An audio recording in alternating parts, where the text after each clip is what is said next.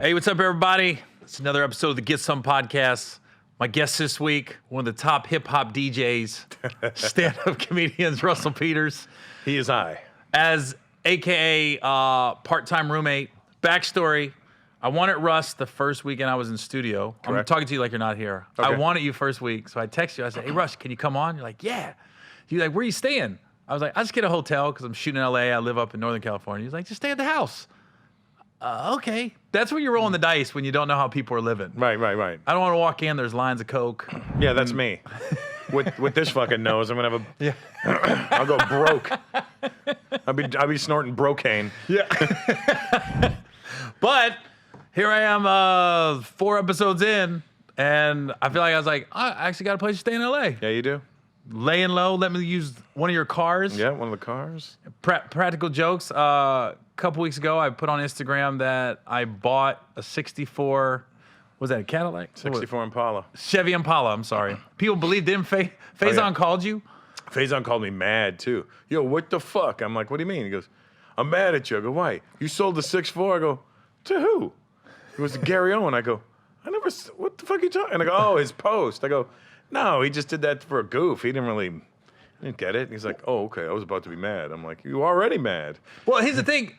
On my last special, which was called #doing what I do, if I put doing what I do on an Instagram post, it's fake. Right. So I put doing what I do, and I had people in my own neighborhood, yo, you driving that up? One guy offered to tow it up for me. Hilarious. Dude, I could tow that up. I was like, all right. I'll flatbed that for you. It's not mine. When you ride in those 64 cars, I'd be like, it's cool to like run around town in, but I don't want to drive cross country in that thing. Oh, hell no. There's no seatbelts. You're flopping around, you know? I just can't believe families drove like that back in the day. Well, we did. You know that. My parents had a 1977 AMC Hornet. It was orange. As orange as this drink is. How many people was in it? Me, my mom, my dad, my brother. But I would always want to sit in we used to call it the backpack. Right? That's what the hatchback The hatchback? was. Yeah. I want to sit in the backpack. And that's fine. They didn't care. You'd sit in the backpack and you'd fucking roll around when they took turns. There was no car seat. I'm like 7 years old. But that's all you knew. That's all we knew. So you're like, that's the coolest car out. Yeah, I'd fall asleep on the way home, lay down. My dad would hit the brakes. I'd fall off the bench. So we had a station wagon, a beat up one, and we drove it from Cincinnati to Cocoa Beach, Florida. No air conditioning. Oh, we did all the same. The whole way. No you air don't know any better. I just remember riding. All the windows were always down. Yep. Couldn't hear anybody talking. Right. But that's just, we were so excited to get to Florida. Yep. 8-track player. We might have had a cassette. Did we have a cassette? I don't think we had that. I think we just had a radio. We had an 8-track player in ours. We were very fancy. Yeah. But I remember growing up, I thought people who had air conditioning in their car were like rich. Same here. Or in their house. Did you grow up in an apartment or house? Townhouse. Townhouse. See, we live in a trailer park. I was like this. Anybody that had any kind of foundation. Yeah. I drive through now when I go back home to Cincinnati, some of the neighborhoods that I thought was nice. Like I really thought this is a really nice neighborhood. And I'm like, wow. Yep, same. When I go home to Brampton, I remember Alan Thicke's parents grew up or his dad was a doctor in my hometown of Brampton. So Robin Thicke's grandparents. Robin Thicke's grandparents. His grandfather, Dr. Thicke. That's not the doctor you want, especially if he's a proctologist. You got an extra letter on it. Yeah. I was going to throw an E on there for the fuck of it. Is he thick? He's thicky thick. And he lived in this place called Bramley Woods, and it was like, my dad was like, oh, that's $100,000 homes in there. I'm like, damn, $100,000 homes? That's crazy. Because we lived in $16,000 homes. You know what I mean? That's the thing. I think when you grow up broke, it's like the magic number is $1 million. Yeah. Like when broke people think $1 million. Yeah. If you're struggling in life, you're a fuck up because how do you fuck up $1 million? They don't take into account taxes. Oh, none of that. In our business, they don't take into account managers, agents, lawyers, all that. Yeah. I always tell people, if you see somebody get a $10 million deal, you can be sure there's no way they walked away with any more than $4 million. It's like that with it's almost sports impossible. Contracts. Same thing. They probably walked away with maybe 3.5. Yeah. It's insane how much money goes out the window right away. Well, it's similar to especially NFL contracts, when you hear guys sign like he signed a 10 million, like 10-year, $100 million, but 35 million's guaranteed. I go, so he signed a $35 million contract. He has to earn the other $65 million, and when taxes are taken out, like you said, it really was a $40 million contract. Yeah, and that's over 10 years, which means he wasn't even making 10 million a year. You know? Exactly. Yeah, it's really shitty. Now, do you remember? But you really think about it, we're complaining about offered millions of dollars. I know. You know what? We're actually dicks right now. Yeah. That's the goal. I just want to be a dickhead podcast. Yeah. Now, do you remember when we first met? First time I really met you was at Chris Spencer's room, right? Yeah, in Inglewood, we were doing that. What was that? it, Savoy? The Savoy. The Savoy. Did you say the Savoy? Savoy, whatever. Right. The Savoy. That was what, 2010? It was a long time ago. It might have been before 2010. Was it that long ago? Yeah, I think it was about 2010. Was it? I remember you killed and I ate it. You didn't eat it. I did. I ate it. No, you probably ate it compared to what you might be used to when it's your fan base. You didn't eat it. I've seen, you know what eating it is. Oh, yeah, but listen, every time I do a black room, it's always a struggle for me. I'm always sweating the entire fucking time because... But here's what I think. When you do a black room, I think you're so ingrained in hip-hop culture and people don't know it. Yes. That when you start quoting rap lyrics and doing things like that, they're like, is he pandering? But you really are like DJing. I go to your house and there's like rap legends there. Yeah. You know, even last night. Last night there was Lord Finesse, Grandmaster Cass, Smooth B from Nice and Smooth. Right. So that you're not pandering, but I think maybe some black audience was like, is he just kind of saying that to prove he knows that person? Yeah, that's what it's feel. I think it does come across like that. But they don't look to the right and that person's in the audience. Yeah. That's the crazy part. Yeah, it is always like, fuck this guy. Who's he thinking? Because I either look like their doctor or their 7-Eleven guy, so they're always like, well, you don't know us. And I'm like, actually, that's all I know. You're right. I know you better than I know me. Is it like that in Canada too? Yeah. Really? Even No, Toronto? when I do black rooms in Canada, they know. Because that's really what I came up in the black rooms in Canada. And that's where I really got my chops because that's where they would boo you off there. They knew, but they knew right there. They were like, we know this guy. We know he's at these parties. We've seen him. Because you were DJing, right? And I was DJing too, so they knew me for a few things, you know. And I was boxing, so I knew like the tough guys in the club. I'm like, I know them we used to fight, you know. That's what's crazy to me, because you know all the fighters. I'm a fight guy, you know. Yeah, and I'm a sports guy in general, though. I'm a sports guy. Maybe not curling. Talking about Canada. I think you're shitting on the wrong sport right now. You don't want no problems with those curlers. They will sweep the floor with you. I knew curling from like the Olympics, but you never watch it. You just see it at the Winter Olympics every now and then. Like, what is that? But here's a crazy story about Canada. I'm up in Regina, Saskatchewan. Stop bragging. Filming a movie. Was it in Regina? I thought you were shooting in Winnipeg. No, that was last summer. I did a movie in Winnipeg. But my first movie ever was with Jamie Foxx. It was called Held Up.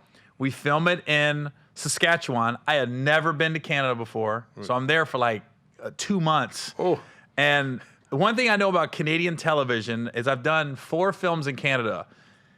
Obviously hockey, huge hockey thing. Right. I didn't realize how big boxing was in Canada. Like every night there was like a 30-minute show on boxing on like their ESPN, your guys' ESPN. Right, TSN, yeah. And then comedy's big in Canada because they had like this whole comedy channel. Yeah. I should have figured out from Just for Laughs. For Laughs, I mean, you should look at our pedigree over there. You know, we got Jim Carrey, Mike Myers, John Candy, Eugene Levy, Martin Short, Rich Little. And then you look at all the TV hosts that America loved. I'm a black comic. I know, sorry. Monty Hall was Canadian. Alex Trebek. I mean, we got a bunch of guys. Yeah. You know. Well, what was the guy's name that kept showing that summer of '98? Sean Majumdar? Sean Majumdar. Majumdar. I couldn't pronounce his name, but he had a curling joke, and the crowd was going nuts. I go, what the fuck is he talking about? Yeah. I used to do the same thing. Not the joke. I used to go, what the fuck is he talking about? Yeah. See, we grew up, we were on 2 different groups of people. He hung around the white kids, and I hung around the black kids. Oh, really? Yeah, so the only curling I knew was that hot flat iron at the barbershop. The only time I've been to Toronto once in my life. you were the first guy I called, and I was like, "Yo, can you hook me up with anybody to show me around town?" So you hooked me up with a DJ, who later I found out made an entire mixtape with me on it. It was all white acts. Yeah, starting from scratch. I sent it to you. You know that. Yeah, I never got it. It's there, dude. Just check your junk mail. Maybe or I something. said spam mail. Yeah, that's probably where it is. Yeah. But I knew to call you. But one thing that struck me about Toronto was the barber shop that they told me to go to get a haircut was like in a swap meet mall, Yeah. and it was all Asian people cutting the hair. You should. Usually go to the Jamaican barbershops. No, this was Asian. The guy cut me up good. The Asians can cut some good hair though, because they've got hair closer akin to ours. But if you was blind, you would have thought you was at a hip hop black barbershop. Yeah, my barber back home was Italian, like an old Italian Back in guy. Toronto? Yeah, from Italy. Frank, he used to cut my hair for 20 years. He was awesome. This guy knew my head, better. Like he would just be like, "Who cut your hair? They fucked it up." And I go, "Well, fix it, Frank." And then he would do it. And I'd be like, "Damn, it's perfect." Like he was old Italian? Oh yeah. He just retired because of COVID. He retired. And he could fade it up and everything. Fade it up, cut the top to make it look like I had more hair than I had. Yeah, he was good. Well, I don't know anything about that. I'm trying to think, do I ever have a white guy ever cut me up like that? Yeah. A white guy at a black barbershop. There was I'll tell you what, one of the best haircuts I ever got was in Tulsa, Oklahoma. And the guy hit me up on Instagram like, "Dude, I just got out of prison." He goes, "I was cutting hair in prison. This guy's going to invest in a barbershop with me, but he wants to see some of my work." Right. So I was like, all right. So I met him at my road manager's hotel room. I didn't want to know my hotel room. Right. And he So cut he me was up, and I was like, "God damn, I'd invest." Yeah. Like, he faded me up nice. Yeah, because he knows the fucking results if he does it wrong in jail. Right. You want somebody with something on the line when they're when they're learning. Now, when did you move to the States from Canada? 14 years ago, 2006. Because I remember hearing about you. They was like, "Yo, there's this dude in Canada who's like selling out everywhere.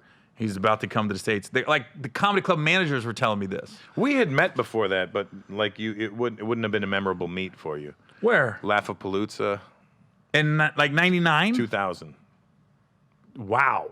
in Atlanta. Yeah. Wow. That was the year Mike Epps. They were doing Next Friday was coming out, and Mike. I got Epps, bumped. and Mike Epps' brother got killed that weekend, but he stayed. Wow. I didn't Yeah. know that. Yeah. You know, I got bumped from the show. Did you? I went to Lapalooza to perform, and they literally, when I got there, they said they cut it from like, this is what the guy told me. "Hey, yeah, man, they cut it from like 10X to 6. And I said, "And? Why did I get cut?" Who are the four guys that got cut? Right. I was like this. So what are you sucks. saying? I was like, "And what does that have to do with me? Like, why am I not on the show?" Oh, yeah, I was so pissed that weekend. Yeah, That's probably what I didn't remember. I was probably a dick. I didn't have good shows that weekend either, though. I mean, I didn't have any shows. oh well, there you go. I remember I did Uptown. Was it Uptown Comedy Corner? Uptown Comedy Corner. And Bruce was hosting. Was that on the second level? Yeah, It was by upstairs Justin's? And, Was yeah, in yeah, front yeah, of it? yeah. Yeah. Justin's was downstairs or something. Yeah, Justin's was in the same parking lot, Puffy's restaurant. Yeah. But Uptown on the second floor. Yeah, and- in that strip. was it mall. a Sunday night? I don't remember what night it was. Sunday night was the boo night. For some reason, they knew Sunday night was the night. It was a Laugh-A-Palooza night, but I mean, I didn't eat it, but I didn't have the set I was hoping to have. Things worked out, Russ. I mean, things are okay in the long run. But I remember the DJ when Bruce was coming on stage. He kept scratching. That little guy. Goddamn, what's his name? He was Bruce's DJ forever, and Yeah. then he stayed at Uptown. What the hell was that Good guy's dude, name? too. Yeah, nice guy. He stayed DJing at the comedy club, and I was like, "Dude, you're so good. You should be DJing at clubs." But you Yeah. just like the comedy scene, I guess. What the hell was I his met name? him again after. He used to scratch from Biggie. He used to scratch Bruce who? Bruce who? When Bruce was coming on stage. Bruce had a room called 559. Have you heard about this one? No. In Atlanta? Back when I was starting in the late 90s, Bruce, they said, if you can make it through 559, you can make it through anywhere. Right. But they came to see Bruce. And Yeah. then they said, it was a shock when somebody made it. Like, it's just expected to get booed. Yeah. And they said, so it wasn't like if you got booed there, they were like, "Oh, I had a bad set." Like, motherfuckers went there, like, left, like, "Yeah, I got booed at 559, but that don't count." Yeah, well, it's like doing Capone's room back in the day at the Bronx Barbecue. Oh, I never did that. Oh, yeah, you were going to get booed off. I got booed off there easy. But here's what You happened talking about Gangsta Comedy Capone? Yeah. Oh, he had a rough room? Yeah, of course he had a rough room. Why would Capone not have a rough room? Yeah. Bronx BBQ, 96. It was like 1:30 in the morning you'd get on. And so the first guy, Jimmy Martinez went on first. He got booed off, and then he wanted to fight the audience. And then they brought on this guy named Wild Will. That's not Will Savance? No, Wild Will. He was kind of like a crazy kind of guy. I don't know him. And he would get on stage and go, I'm getting inside your head. And he'd look at you all weird. I'm getting inside your head. It's a black guy? Yeah. But he was fucking weird, right? And they would just boo him. So they booed off Jimmy. Then they go, y'all want to see Wild Will? They're like, yeah. They brought him on. They booed him off. I'm like, you wanted to see him. Yeah. And then they were like, all right, this next guy's from Canada. I'm like, everyone's like, huh? And I was like, hey, what's up? Get the fuck off the stage. They didn't give you a chance? Thank you very much. Good night, guys. Where's my $75? Here's the thing about comedians. We always remember the boos. Oh, yeah. You could rip 99 shows and you have one bad one, and that's the one you'll remember verbatim. Remember what you wore, who hosted, everything. Yep. Gerald Kelly went on right after me and was killing. And he was like, how the fuck you gonna boo my man Petey? And I'm like, it's Russell. Russell. I know that brother's from Montreal. I'm like, I'm from Toronto. I'm not from... He's the funniest Mexican from Canada. Yeah. Like, I'm not Mexican. From Northwest Territories. Gerald got mad at me one night. Like, he called me. God, it's 15 years ago. His son was going up. Which one? Isaiah. And he was like a teenager. Not the best time to call for us. Hey, man. It's fine. But we're doing this video together. It's kind of It's like it's a this. COVID. No, his son went up at the Laugh Factory one night and did it. And he's a young guy. He's a teenager. Yeah. He did a stock joke. And somebody in the audience finished the joke. Oh. So he's up there. He was like, yeah. So, and somebody yelled the punchline out and he froze. He went, oh, shit. I'm literally just, I never seen anybody just freeze. Right. And just went, and then he just kind of got off. And then I go up right after him. And the same guy that yelled out his punchline, now he's thinking it's my show. Right. So he tried to heckle me. So I went in on him a little bit. And then I said, hey, man, I ain't that motherfucker that just went up. I said, my jokes are mine. You ain't going to finish my punchline. It got back to Gerald that I went in on his son. I go, that's how he no. looked at it. When I finally got a chance to talk to him, I said, no, your son did a stock joke. The guy finished the joke and he froze. Then the guy tried to heckle me. I said, so I had to address it. Yeah. I said, but it had nothing to do with really your son other than he did a stock joke, which I think we all do to some extent when we're starting. Yeah, listen, everybody does some bullshit when they start. Yeah, I've been thinking about some of the shit I saw. Like, it's not even like... It's the usual, you in show business, don't get your fucking feet off the stage, you know, that kind of stuff. Who likes getting their dick sucked? Yeah. Hey, I don't come to your work and turn the deep fryer off on you. You know what I mean? Like all that dumb I don't slap the fries out of your fucking hand. I don't snap dicks out of your mouth, bitch. You know what I mean? Or I've seen this one like at least 100 times. They come on stage and they don't start telling jokes right away. And they go, you don't go to work and just clock right in and start working, do you? Yeah, that's... Or, wait... DJ, play that music again. That's a bullshit. You know what? I'm gonna reintroduce my goddamn self. Yeah. We're gonna get this party started. You're like, oh boy, oh great, I can't wait for this. You know. It was funny. I had Aries on last week, and he was talking about he doesn't like black. He got a bad rep because he said he didn't like black comics going before him at the comedy clubs. He always tried to book a white opener. He said, but that's because they won't touch on the same subjects as me. And knowing you like to use different openers on different tours, right? All the time. But when you go in to the opener, you know them beforehand? Yeah. And then you take them on the road with you. Yeah. Do they know that this is going to end and I'm moving on to somebody else when this tour's over? I was telling them, this is your shot to go in front of 15, 16,000 people and maybe get a few fans out of it. So that way, next time you come to this city and you play a club or whatever, you might sell it out now. But you've never had like somebody like, God, this guy sets me up perfect. Like the crowd's always in the pocket going up after him. No, I think the better the comic that I put on in front of me, the better it is. Mm-hmm. Yeah, if I put a shitty guy on, it's like, now I got to work. Yeah. Because the audience is like, well, if that's any indication as to what's to come. So I've always stepped it up. I always put like really killer dudes on in front of me. Yeah. Or women. I put some hilarious women on too. You go the opposite route of a lot of comics. I hear, I'm just going off what managers and promoters are telling me. They'd be like, dude, this guy, his openers, woo. But I think sometimes some people will put like middle of the road, not that funny comics to make them look super funny. So Right. In fact, you're saying you want somebody funny, Yeah. so that crowd's already hyped when you get up. Yeah, like when I do the tour, when I do the clubs, I'll like, this guy will be like, hey man, nice to meet you, big fan. I started doing stand-up about a year and a half ago. I go, do you want to do some time? I'm like, what? And then I'll just throw him on. I'm like, fuck yeah, go ahead. Go do 5 minutes, buddy. Go for it.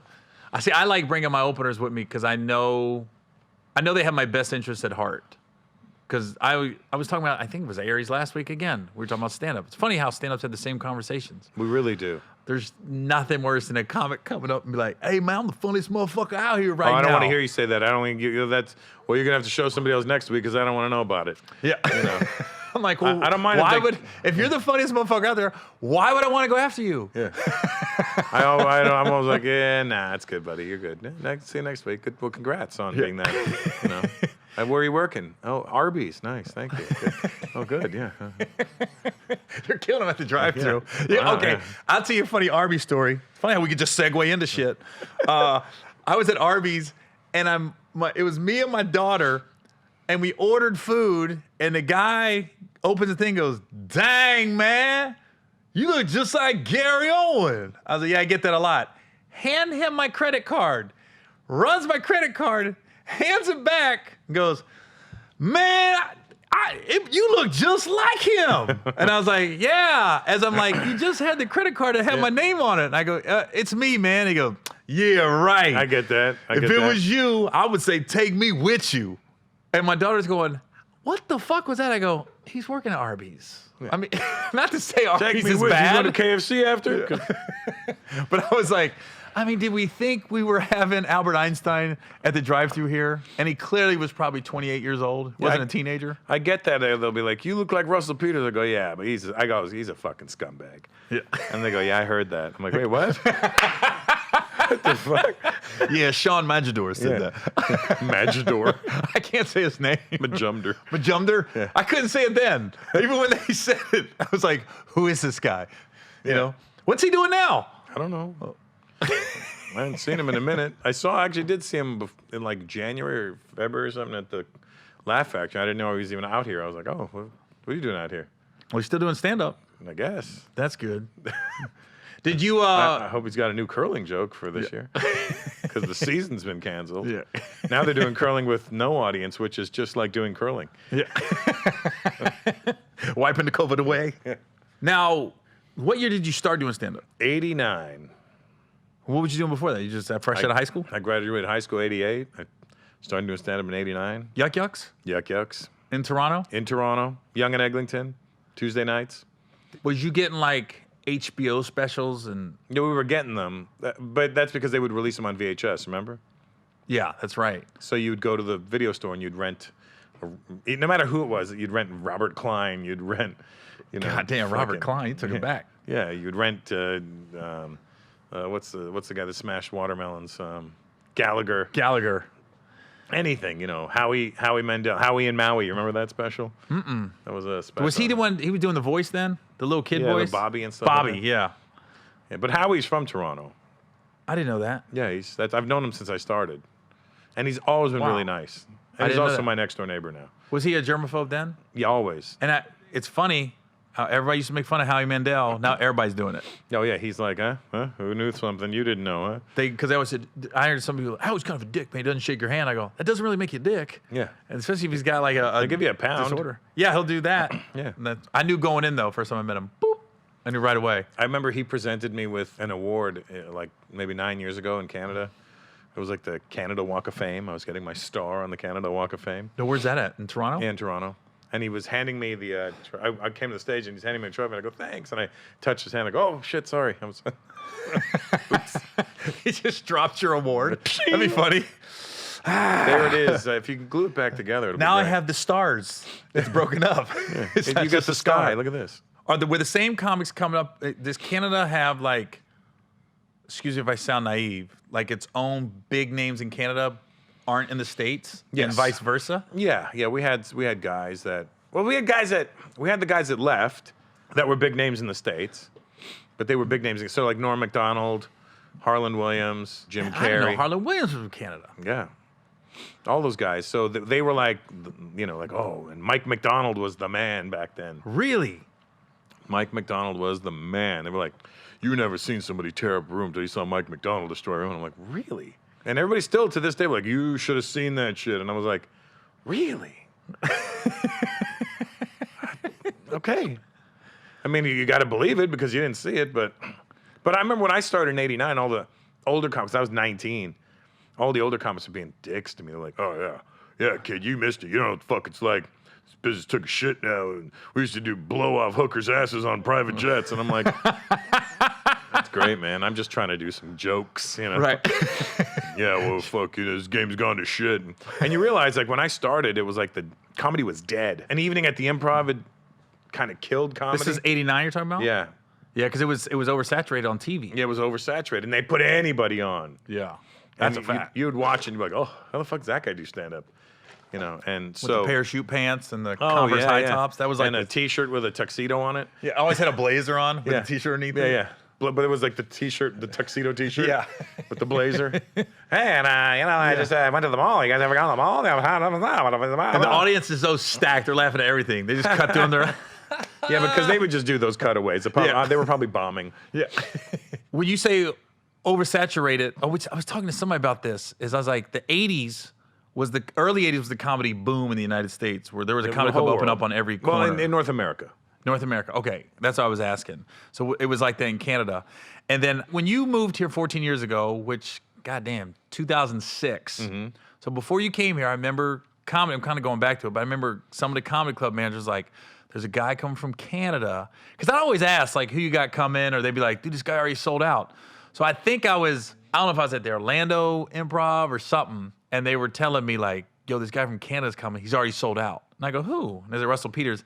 And that's what made me look you up. Right. Because it was like, he's coming here to see if he sells tickets here. They go, the weird thing is, everyone buying tickets are not on our email list. Right. They're getting these random calls, and people are like, I heard Russell Peters is coming. Yeah. Is that true? Yeah, I brought in a whole new audience. The funny thing is, the comedy club managers, and I don't know if they've told you this, they said, Russell's audience is strange because they're dead until Russell gets on stage. Like, they're just sitting there, and they'll be polite to the openers, and they said they're just waiting on them. Yeah. It was like, So, then they turn the lights on. Yeah, it's like, oh, there he is. Hey, there you are. But they eat and drink a lot because they got like a good disposable income. Mm-hmm. So so it'd be like, the clubs would be like, who was here last week? Oh, they always be like, oh, Mike Epps. I'm like, what's wrong with Mike Epps? It's just, he's great, but his audience is just ruthless. Talking about returning food and chicken wings are... Yeah, they're done, but they're like, we ain't paying for this shit, Fighting with the staff, fights break out. We got to check guns at the door. I've been on tour with Mike. Nobody tips. I've been on tour with Mike probably for the last 10 years. We've done 5 major tours together. Mm-hmm. And I'm looking at the audience sometimes. I go, man, there is not a lot of W-2s out here. No. And then if I go out and do merch, it's straight cash. Yeah. Nobody asks, hey, you take credit cards? Yeah. It's just cash. Yeah. You take this guy's credit card? Yeah. I got 8 credit card. It ain't mine, but you take it? Because I always ask the comedy clubs, too. I'm like, oh, what comics have the worst audiences? It's the same few. Oh, yeah. We don't have to get in names, but they're like, their crowd does not tip. Oh, and they freaking complain about everything. They want you to return everything. They just know. And then you got them like, and then this guy, he wants new tennis shoes every show. Oh, yeah. Oh, I know who you're talking about. Fresh pair of white tennies every show. Like, well, what if it's 2 shows a night? Then 2 fucking pairs. I'm like, really? You could just ask for that? And they're like, yeah, and we got to get it. And I'm like, I gotta start getting some sneakers from these clubs. I'm always amazed that you can go you, Joe Coy, probably my top 2 that can just go all over the world. And I just took Joe with me the first. Oh, really? Yeah. Well, he took advantage of that year. Yeah, no, I took him to Australia with me in like 2007 or 2008 or something like that. Him and Ahmed. Yeah, Ahmed. We did the Sydney Opera House. And so then Joe went back after, and then look at him now. I mean, it took a long time for Joe to catch on, and it doesn't make sense because it's not like he wasn't as good then It just, I don't understand what took so fucking long. Well, he was I like, mean, it's better that it took long because, it's sweeter now. he was trying. I remember he was trying, not trying, but he was always doing the black rooms. He was on Comic View. I do the Black Student Union at the colleges would come, and Joe was on at least 10, 15 different shows with me Right. where the BSU's bringing you, and I was like, wow, he's really trying to cross over into this market. Yeah. And then I don't know what happened, man, but he just hit. I don't know what it was or when it was, but I remember think thinking, he went more into his own people, and then his people were like, oh. I even did the Philippines with Joe. Then I headlined. oh wow, Yeah. And that was on that same tour. that was a different tour, but yeah. We both went, and I was like, oh, that's so cool. And I was like, oh, Joe should headline, right? I go, it's the Philippines. It's Joe should be closing. Like, no, you're closing. I'm like, but Joe's Filipino, and we're in the Philippines. I think this would make more sense. We're like, no, they want to see you. And we're like, what? Now I would be opening for him, but Did all your shit come from YouTube where you really started to take off? Yeah, I would imagine it did. I mean, it started I did a special in 2003. That was my third special. And that one came out in 2004 in like February. And then by like June of 2004, people started chopping it up and emailing it to people because there was no streaming yet. Yeah. It was like, remember, you'd get a link and you'd have to download it. Yeah. And it'd take you about 20 minutes to Yeah. download Yeah. a 3-minute clip. Yep. And then your friend would send you some chick fucking a dude, and you're like, why would you send me that? Yeah. It's on my email. I don't know how to delete this shit. Yeah. Well, that's kind of like, I had nothing to do with what happened with me, but what Dane did? Dane Cook used to go on like LimeWire or BearShare or what was the one that everybody had a problem with? Napster? Napster and all that. He would put his stuff on there because he knew it was funny, but what he would do is he would put it under Eddie Murphy or George Carlin or Richard Pryor. And his shit would pop up. Yeah, and then they would be forced to listen because they'd already downloaded it. And wow. And that's how he managed to gain a whole new following. Oh, he was the first clickbaiter. He was definitely the first clickbaiter for sure. I was wondering, I'm always interested how comics just take that jump. Because I don't know if it's like, I thought we were in the day and age where we just got to keep peppering people. Yeah. And then finally people are like, oh. And then that didn't happen because Tiffany blew that out the water because Girls Trip is what just took her. Oh, yeah, Tiffany, yeah. You know what I mean? I was Tiffany's like, well, I thought whole those other days were over. stratosphere. Yeah. I thought those days were over. And then, nope, you can still get that one role in a movie that just, boom, they're like, oh, she's new. I was like, nah, Tiffany's been around for a minute. Yeah, she put in work. Yeah. She put in work and she hasn't changed. Not one iota. She's amazing. That's one of the people where you're like, I'm fucking happy for Tiffany. Yeah, I went on my Instagram and even said, I sent Will Packer a text and I went on my Instagram and just said, I don't think I've ever been happier for somebody. And I didn't even know she was sleeping in her car. I didn't know that. I didn't know either. And she was like, you knew that. I go, I didn't know. How was I supposed to know? Yeah, because she didn't let you know. Yeah. Which is... And she was like, I asked you to take me on the road with you and you said I'm too funny. I was like, I wouldn't do that. If you asked me to go on the road, I'd be like, yeah, let's go. Yeah. Well, I'd take anybody on the fucking road. Yeah, I see that. Yeah. But she... Wait a minute. You son of a bitch. Well, she was open up for me for a few cities. And then her manager at the time called and she was like, yo, I think this is a good combo, you and her. And I said, cool. I said, you guys do the work, call the clubs. If they ask me, I'm going to be like, yes. I go, just here's my website, go to my schedule and call them. Then Tiffany calls me and we had the longest phone conversation about her husband. And she said her husband was jealous and going through her shit. And I said, Tiff, you can't go on the guy from Atlanta. Was that who it was? I told her, I said, you can't go on the road with me, dude. Yeah. I said, I can't have some crazy motherfucker coming up to me after a show because he thinks something's going on. Yeah. I said, and I told her, I said, you guys aren't going to make it. I said, you're in a business that's 90% male. Yeah. I said, you're going to be working with dudes your whole life. I was like this. And sure enough, didn't work out. I remember giving her a hug one night at the Laugh Factory and she was like, oh, don't hug me too long. My husband's right there. I go, husband? What the fuck you got a husband? Yeah. He was like, yeah, I got married. I go, what? I'm like, hey, man, what's up? And he was like, I never saw him. Never met him, never saw him. I saw him one time. He gave me one of these. I was like, oh, okay. He's one of those guys, is he? Yeah, you were in the wrong line of work. Yeah. As a comedian. And now look, now you're dating Common. Yeah, I used to, yeah, right? They got something in Common. Yeah, there you go. Whoa, I am quick today. You're good, You buddy. ain't getting shit up past We're me, like Russ. Bobby and Whitney. We got something in common. I think you're Whitney, and I'm Bobby in this one. Well, I'll be dead soon. Did I never told you the story about Bobby. Damn, Russ. What? It just got dark quick. You heard it first. Get some. No, no, I remember I was on a Tom Joyner. Did you ever do the Tom Joyner cruise? No. Oh my God, that was a party. You would have did good on that cruise though. You Yeah. did good. Ralphie had a rough one night. On Yeah, that I remember cruise. we were talking about that one. Yeah, night. he had a rough. They say cell phones don't work on cruises, and I was like, oh, they do. Oh, yeah. Because Ralphie didn't do well, and I was getting phone calls and texts from everybody on that boat. Where are you?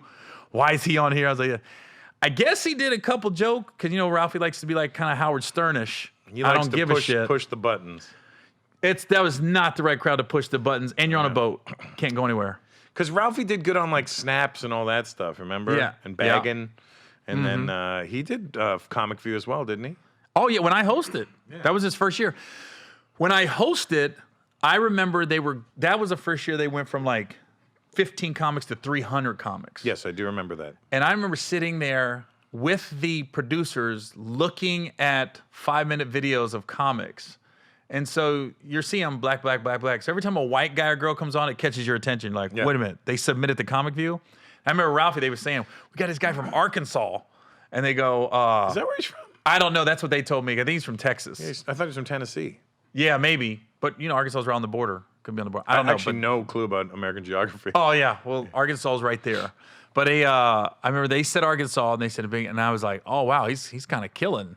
And then he got on that year, and then really was Last Comic Standing that just took him to another level. But, yeah, somebody booked him on that Tom Joyner cruise. And Tom Joyner cruise is black people that are all college educated, all doing very well in life, and they don't want Upwardly mobile. Man, they do not want to hear stereotypical black jokes or edgy jokes from a white guy that they don't know. And I remember, especially when he's going to go out on a limb and say the N-word. yeah, that wasn't smart on that cruise. But I remember he said a joke. The girl told me, I said, because I'm asking people, I came on the next year after him. I did it the year before him, took a year off. They booked Ralphie. Guess they took the other white guy's spot. And then I came back the year after. And he goes, I kept asking people, what happened last year? Because I kept hearing mixed stories. Because they were coming up to me going, hey, don't do what that guy did last year. I was like, what the fuck? I think some people thought I was him and I lost weight. But one girl said, I think this was what happened. He did a couple racy jokes that wasn't going over well. And then he talked about what a black woman's pussy looks like. Oh, yes.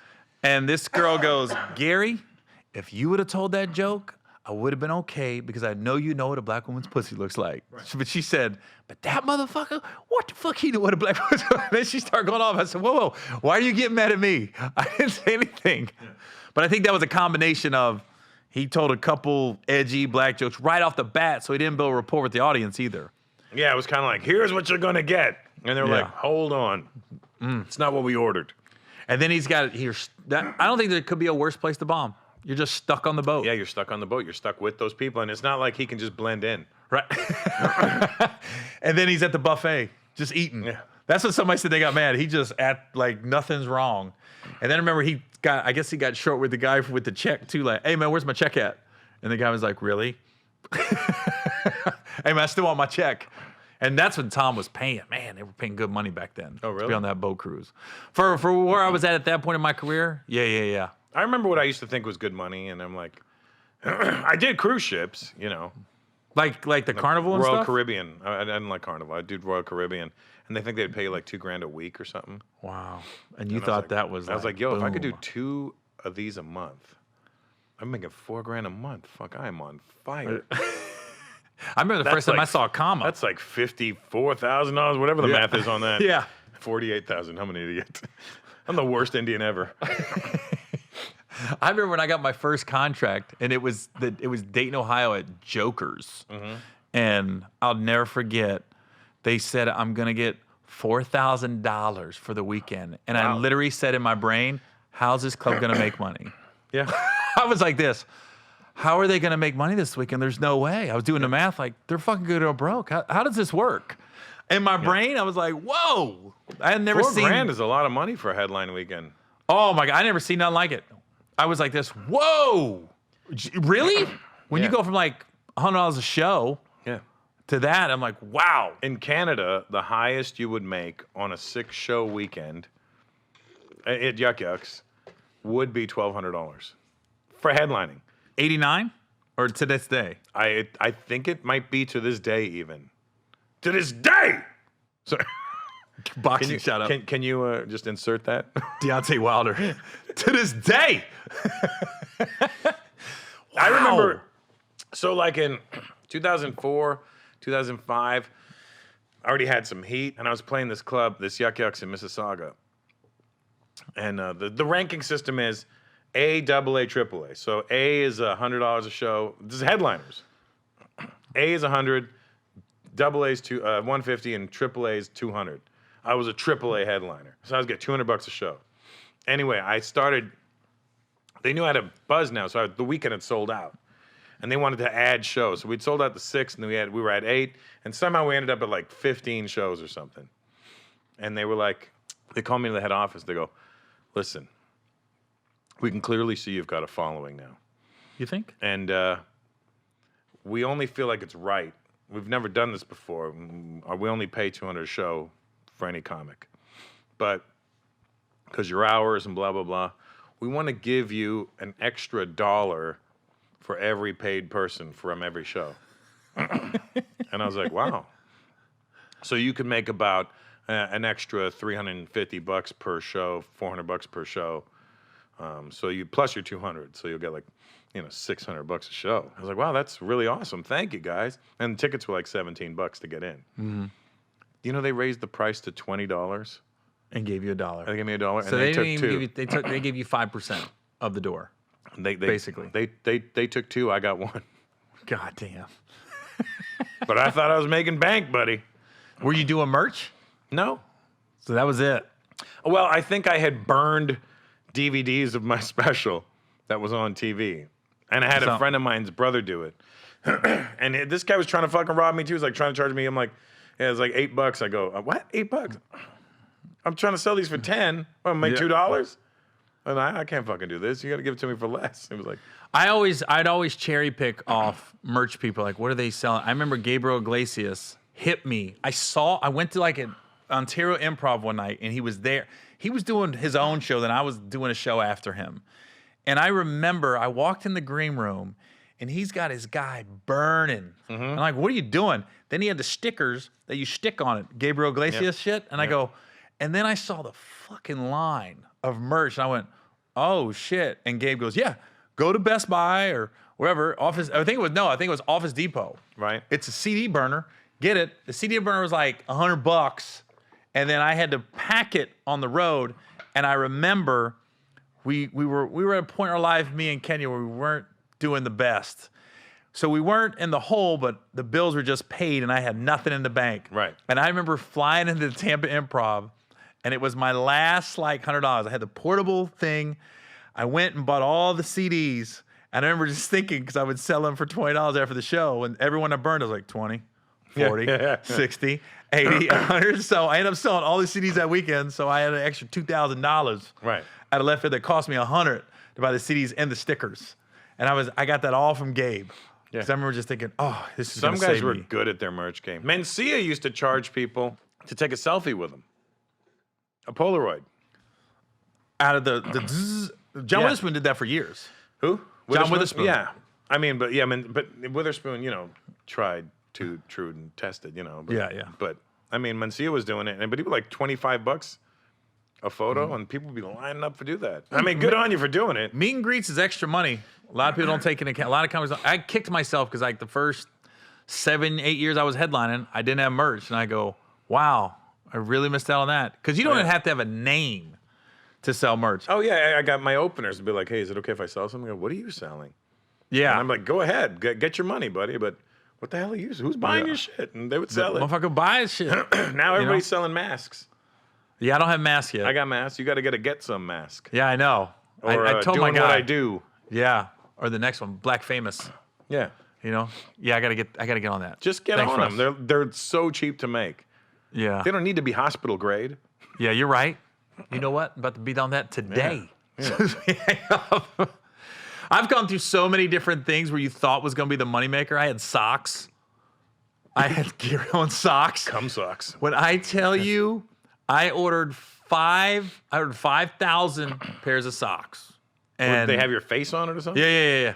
Me with the microphone and shit. And we went to China, got the people that make stance socks and cut all the middlemen out. Right. We was on the phone with some lady. Right. And we risked it. I go, well, we rolling the dice on this, so we may never see this shit again. Now I can take her to court. Yeah. And about a month later, I had like 10 big boxes of socks that took up half our garage. Took about 8 years to get rid of 5,000 pairs of socks. And they ended up becoming free. Yeah. You want some socks? Just I'm throwing good, them thanks. in. Yeah. Yeah, I remember, I don't know what point DVDs went away, but I used to go through 1,000 DVDs in like 2 months. DVD stopped around 2012. And then all of a sudden, the last time I ordered, 2013, yeah. I still sell I'll bring like 4 or 5 on the road just to see if somebody buys them. Yeah. Because I'm still going off that last 1,000 I ordered. Yeah. Still got a couple bucks in the closet. Like, I'll bring 5 or 6. When I did my first Netflix deal, I was the first guy. You know that, right? First guy to ever have a Netflix special, right? So when we were doing the deal, this is like in 2011, 2012 when they approached me for it. And I was talking to my lawyer, and he's like, and they'll own it in perpetuity and blah, blah, blah. And I go, but I can still make a DVD from it, right? Like, no, you can't. It's theirs. I go, but wait, how does that work? Why would it be theirs? It's mine. Can I just, what the fuck there turns to make a DVD and I could sell them at my shows? I was just so fixated on selling a DVD. Yeah. And that by the time it came out, nobody was using DVDs anymore. Right. I was like, well, God, we dodged that DVD bullet, didn't we, guys? That is how you think, though. You think, oh, that's extra money. What is going on now? Yeah, who's not using DVD? Who's gonna just stream movies? But now it's gone from, hey, can I post it on YouTube? Can I cut my own special up in clips? Yeah. Post it on YouTube. If you're monetized on YouTube, that's more money than DVD money. Oh yeah, it's more money than a lot of money. Yeah. Yeah, I own my old specials, so I'm gonna put them on my channel. When you do the comic clubs, do you have them record you from the back? If they offer it, I'll take it. Yeah. But it's usually just audio now, and they'll email it to you now. They used to give you a DVD. Remember, they used to give you a CD, then they gave you a DVD, and then they gave you a USB, and now it's just like, we'll just email you the link. And they're like, oh, well. If they have the capabilities, or sometimes I'll just hire somebody, or I'll have them hire them, because you never know, something could happen at a show, and you're like, wow, wish I would have had that on tape. Yeah. Well, when I do my tours, I record every show that I do. And then That's cut why it I up? post those clips on my Instagram. It's because it's just from the live feed at the show. Mm-hmm. And then we got 3 cameramen and shit like that, so it's decent quality. Every show? On the tours, like on the big shows. You traveling with the camera guys? We got 11 or 12 people in our crew when we travel. Jesus Christ, Russ. We got the whites. That's the 3 camera guys. Then we Right. got my 2 DJs. Black guys? No, white guys, actually, starting from scratch and Spin Bad. And then we got my security guys. It's either 2 or 3 of them. Mm-hmm. We call them the blacks. Those are We got black the guys. whites and the blacks. Mm-hmm. So now we're at 8. And then we got me. We got my brother and Eddie. So there's like 11 of us on tour at all times. And then the openers. Oh, yeah, right. And the openers. Are the openers traveling Only with one you? opener. But they're flying with you and everything They're else. flying with us. So when you do your big tours like that, everybody's just traveling together. Yeah. And, if we're like flying, we're doing like, say, the Middle East or something, we'll all go on Emirates together. And me, my brother, or the opener, and the DJ will be in first class. Then everybody else will be in business. It's not like I'm sending them economy. Right. There's still, you're on Emirates business. It's pretty dope. Yeah, it is. Because we can all hang out at the bar. Yeah. Because they have a bar on that flight. I've only flew them once when I went to Dubai. Emirates? Well, you won first? Yeah. How great is that? I was like... Did you take a shower? Wow. No. Here's the thing. There was 8 seats. There was only 8. But it was like a throne. Oh, yeah, yeah. It wasn't like somebody... I feel like... And there was only 4 of us out of 8. And there was 4 bathrooms. Full bathrooms. Yeah, with showers. And I was like this. So when I went in the bathroom, I said... They better not go in this fucking bathroom. This is my bathroom now. Yeah, that's exactly how I would look at it. And I'd watch them and go, oh, look at the fuck over there. Yeah, well, I was like, because one guy got up, I go, he better not go to my bathroom. That's mine. He saw me and go you in notice there. the floor's heated in there, and Oh, I didn't in the notice that. bathroom, the floor seat. I can't shit on a plane. I can't shit out in public, but I would shit on that plane because I was like, I could get buck ass naked. Yeah. I'd get buck ass naked in the bathroom, hang my shit up, and just. Oh, the Emirates.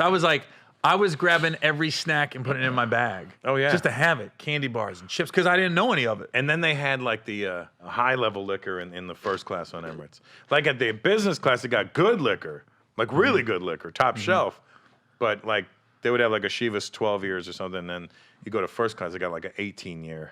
You know, they got all like the really high end shit over there.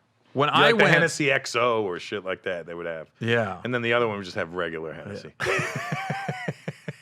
But I'm sure your security was cool with the regular Hennessy. They were fine. As long as they had Jack Daniels, they were good. When I went over to Dubai, that was before everyone got wind of it. And then I was like, yo, that's when Prince Nassim Hamed was fighting. Yeah. So everyone I'm friends with him. Oh, really? Yep, yep. I don't even recognize him anymore. Well, yeah, he looks a little different. Yeah. I was like, yo, there's this place in the Middle East. I said, man, it ain't like the Middle East. I know that. And I was trying to explain to everybody, and it was like the week after I got back, Dubai just like took off. Like everybody started hearing about it. I went there first to perform in '99, and there was nothing there. It was just a desert. There was one hotel. There was the Hyatt, and we would perform in the Hyatt. There was a nightclub called the Vault, and so this British guy was booking it.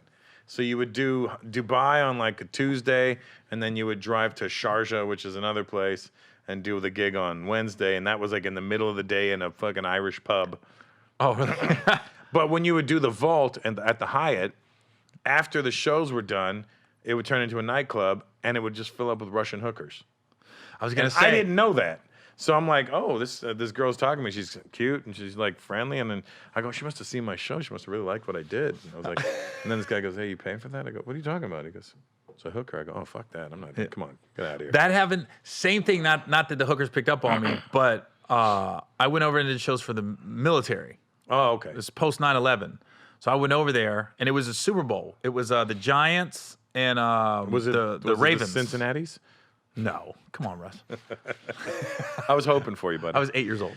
No, it was Giants and Ravens, and I went up at like my show was like at 3 a.m. before the game because it Right. came on in the middle of the night. But I had a chaperone that was taking me all over Dubai with me. Same thing. We went into like some little bar nightclub thing, and he goes, "Oh, it was just tall blondes and Yep. Asian girls. Yep. That was it. I didn't know they were all hookers." And the guy literally goes, "Hey, Mr. Gary, would you like friendship?" And I go, "Excuse me?" He goes, "Would you like some friendship?" And I go, "What are you talking about?" He goes, "The ladies. Would you like some friendship?" And I go, "What if?" And somebody got me. I go, "They're hookers." I go, "Oh no, I got enough friends. I'm good." I had a black girl from Malawi get mad at me, a prostitute that got mad at me at this club. We were hanging out, and she goes, walks up, she goes, "Why don't you fuck me in my ass?" And I go, "I'm sorry?" She goes, "You want to fuck me in my ass?" I go, "What?" This is a really weird pickup line. And she's like, you want to fuck me in my ass? I go, oh, no. Do you want to fuck me in my ass? I go, no. I go, I pretend. I go, "Oh, I'm married. Where's your ring?" I go, "It's in my room." I go, "No, I'm good, thank you." You don't want to fuck me in my ass? I go, "No, I don't want to fuck you in your ass." She goes, "That's because I was staying with a dude." She goes, "You want to fuck him in his ass, you faggot." And then I was like, wow. Why was Michael Blackson there? I was like, That was the whole. And then he he- sounded just like Michael Blackson. then he called me a beach. Beach. Oh, what? You wanted to say it. I almost said it. I almost was Michael. I caught myself. Oh, I Then can't. she called me a Michael mother Blackson. sucker. I was almost Michael Blackson for a minute. That was too close to breathe. I went, You Frozen. almost- Hey, we're sweating. going to edit that out. That was in Dubai? Yeah. I was in Dubai years ago. Years and years ago. And I was like, what the fuck? I go, how, you know, you're not helping your business when you do this. You're not really trying to grow your business the right way. I just remember when I went over there, they kept saying, I guess the Suns took over, right? It was like a sheikh passed away and the Suns took over. Yeah, I mean, And there's a that's bunch- when all the money started coming in. There's a bunch of different, they're all one family, but different parts of the family run different parts of the UAE. Oh, okay. So there's the family that runs Dubai. There's the family that runs Abu Dhabi. There's the family that runs Al Sharjah, and then there's all these other parts that but they're all related. They're all related, and they're all kind of like secretly in competition with each other. Like one-upping? Like a one-upmanship. It's not like I'm going to get you. They're like, oh, is that what you did? Well, I'm going to do this. You know, like Dubai started Emirates. Abu Dhabi started Etihad. And then Dubai had, you know, like all the all the accolades for their first class. Then Etihad started the Sky Suites, which was you get a living room and a bedroom. On a plane? And, yeah. You got to go Google that shit. It's incredible. What's it called? The Etihad Sky Suites or something like that. I don't know how to spell that. Etihad, Etihad. Okay. That's the name of the airline. And We're then going to they have to put a graphic. Yeah. right Absolutely. here. Right about here. And then it's incredible. Like you get your own private bathroom. You get your own shower. And then you get a bedroom. And then when you're done, you're sleeping, you can go sit in your living room. And See, when I get on planes like that, it's like $40,000 a flight, though. if I'm gonna fly like that, even when You wouldn't sleep. The one time I'm on Emirates and I was in first like that, I don't want the flight to end. Yeah, well, that's the thing. The first time I did it, I didn't sleep because I was like, I don't want to miss any of this. Exactly. I was like, they were like 2 hours of landing. I go, fuck, can we go slower? Yeah. Can we reroute? Can you circle real quick? You're so disappointed when you land. You're like, you can get off now. No, I'm good. No. I remember when I was flying to South Africa to shoot The Indian Detective. I brought my daughter with me. I brought my daughter and my then girlfriend, and they flew us Emirates first class, but they couldn't get my daughter first class from Dubai to Cape Town, so they got her a business class seat. And I go, well, my daughter, I'm not going to let my daughter go sit in business class by herself, so I gave my daughter my first class seat so she could sit in the front with my then girlfriend, and I went and sat in business in the back. You know, I'm a soldier. Yeah. Took one for the team. Just had the regular Hennessy. So in the middle of the flight, I get up to go check on my daughter, and her door's closed because you can close the doors on those flights. The door's closed, so I look over, and my daughter's got the bed stretched out, her legs up. She's got the TV on. She's got her headphones on. She's like 7 years old now, right? Yeah. 6.5, 7 years old, and she's got a plate full of food in front of her. And I'm like, what the fuck? And I waved, and she goes like this. She goes, "Hi, Daddy," and puts her headphones back on, and then. And she was like pushing buttons, like, "Excuse me, can I get more pancakes?" And she was like, and then I was like, "What's going on here?" She goes, "Yeah, she closed the door and she's got her own thing going on in there." Oh, wow. And then when I took her to Toronto one time, like maybe about a year or two later, we flew on Air Canada business class, and then it's a flatbed, so it's nice. And then she gets on, she goes, "Daddy, how do you close the door here?" I go, "There's no door." She goes, it's like, what do you mean? You're in first class. Our kids, you growing up like you did, no air conditioning, everything. Yeah. They have no clue. And it's funny, like, you almost like, you're okay with it. Like, I don't want them to struggle. Like, you don't know what it's like. I go, and I really don't want you to know what it's like. Yeah, you don't want, I want her to understand that it happens. I don't want her to experience it, but I want her to understand that how it happens and that it can happen and that people live normal.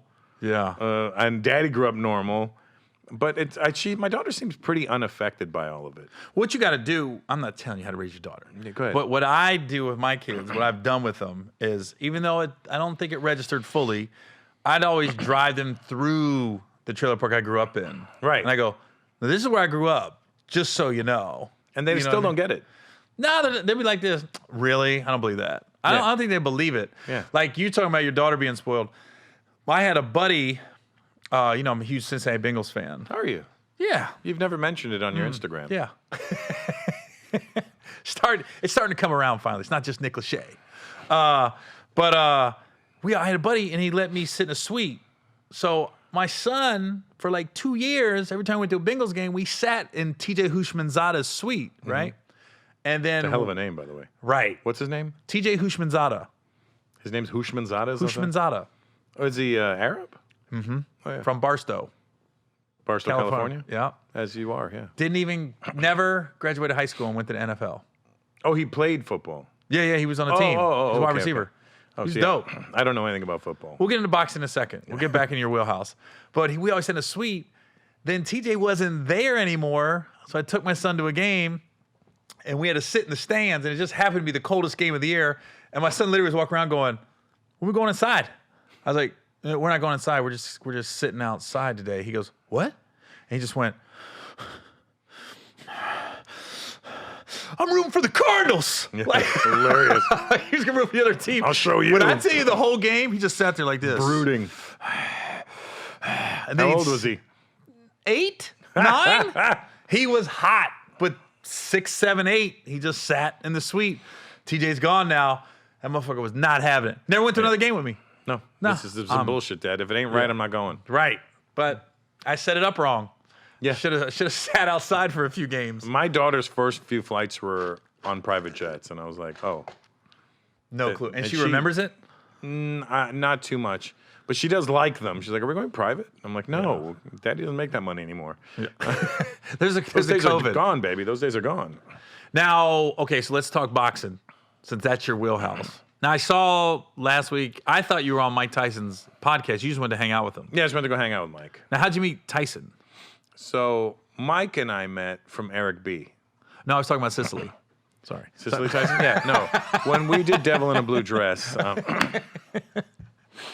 So Mike, Eric B. and I are good friends from Eric B. and Rockham. Mm-hmm. And I lent Eric one of my cars one time. And then he was coming to my house to drop it off. So when I lived in Studio City. And he was like, yo, Russ, I'm coming through. I got the caveman with me. I was like, okay. I don't know what that means. Right? And he pulls up. And Kung Lee was staying at my house that time. The UFC fighter. The UFC fighter, the former Strikeforce middleweight champion. Mm-hmm. And my mom was there from Canada visiting, and my uncle was visiting from India. So Eric, he goes, yeah, I'm at the gate. I open the gate, and he comes up, and I goes, yeah, I'm like, I don't know who the caveman is. And I look in the car, I go, is that fucking Mike Tyson sitting in my car? And he goes, Mike Tyson gets out of the car, I go, holy shit, Mike Tyson's at my house. What year was this? Like maybe 8 years ago, 2012, maybe. Okay. And I'm like, what the good fuck is just happening right now? This is insane, right? So Mike comes in and I go, Kung, come here. And Kung goes, holy shit, that's Mike Tyson. And Mike comes in and we're hanging out and I'm like, and I grew up with Lennox Lewis. Lennox and I were amateurs at the same time. We weren't at the same gym or in the same city, but we would see each other at tournaments and whatnot. So you know when people meet you and they're trying to impress you, they'll say something like, oh, yeah, Gary, yeah, I'm friends with Will Packer, too. Yeah. And then you're like, oh, yeah, cool. And then you're like, they maybe met him once or something, and that was it. So I'm like, Mike, I grew up with Lennox. He goes, yeah, that's cool. And then I'm like, oh, okay. I guess he doesn't believe me, right? I'm like, then maybe half an hour later, my mom's talking to him. She goes, Mike Lennox used to come over for lunch all the time. And I go, Mike looks at me and goes, I told you I grew up there. He goes, I know you know the motherfucker like that. I said, yeah, I know him since I was 15. So then Mike's hanging out, and I took pictures of him on my turntables, and I put the turn. He was like trying to DJ. Yeah. And then we just became friends from that. And From like, that day? From that day. And then he's texting me on my birthday. He was like, he sent me a voicemail. He called me on my birthday that year. It was like, yeah, Russ, happy birthday, my brother. Looking forward to getting to know you better over the years and stuff. Seem like a cool brother, man, So what do you think is going to happen with the Roy Jones? He's going to hurt Roy Jones. And I said to Mike last week, I said, Mike, I feel bad for Roy. He goes, don't feel bad for that fucking guy. He's going to make a lot of money. He can buy himself a fly-ass wheelchair. That's like, scary. God damn. Oh, man, that hurts. But he's in such good spirits now. Like He's so focused, too. he's Like, really he's in a good focused. And he place. says he feels good about it. He goes, it's the first time I feel good training. Oh, my God. Because listen. His memory, though, is insane. Tyson's? Mike Tyson has, I pride myself on having a good memory. Yeah, me too. But his memory, like, it's ridiculous. It's like next level. Because when I first met him that one time, when we first met, I'm asking him all kinds of questions. And I mentioned this guy that I met when I met him in Toronto when Chappelle was shooting Half Baked, and he was in the movie, and his name was Ray Hinton. And I asked him about him then. That was 8 or 9 years ago. Last week when we're hanging out, and I've hung out with Mike a few times, many times, and out of nowhere, Mike's like, we're talking, he's like, Russell, man, there's no reason you and me should know the same fucking people, We built different. You know all these same fucking gangsters I know.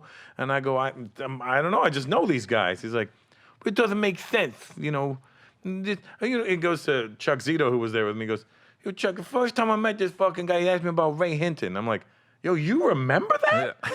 I'm like, yo, that's fucking crazy. Like, did you remember that? It was a detailed thing to remember. Yeah. It's like it's an insane memory. That's why I think he's going to be great in the fight. I go, Mike, your memory's insane. He goes, yeah, at least I still got that, you know? Yeah, you got a little more than that. Looking at it hit them bags. Oh, yeah, I don't want to be a bag even. I just can't believe they're not going to wear headgear. No headgear, no judges. It's just a free-for-all then. They're going back to Jack Johnson shit. It's a referee, and whoever's deemed unfit to continue will not continue. Is it going to be rounds? Yeah, 3-minute rounds? 3-minute rounds. Fuck that, dude. I mean, I feel bad for Roy. God. I mean, you know Roy's going to be training his ass off. I know, but like Roy's the You can't classic. train your chin. That's what I'm saying. Once he got knocked out by Tarver, Yeah, he and was then Glenn, never the same. And then Glenn Johnson. Yeah, and I was then, like this. And then some fucking bum in Russia. Remember? Exactly. Like, and he's been staggered numerous times since then too. Yeah. So but I'm like, dude, this is a heavyweight that's been knocking out guys 250 pounds his whole life. Roy's not even 200 normally. But now he would be. Now he is. Yeah, but I'm saying, I I'm think talking about a natural build. Yeah, you remember when Roy fought John Ruiz for the heavyweight title and he won it? Yeah.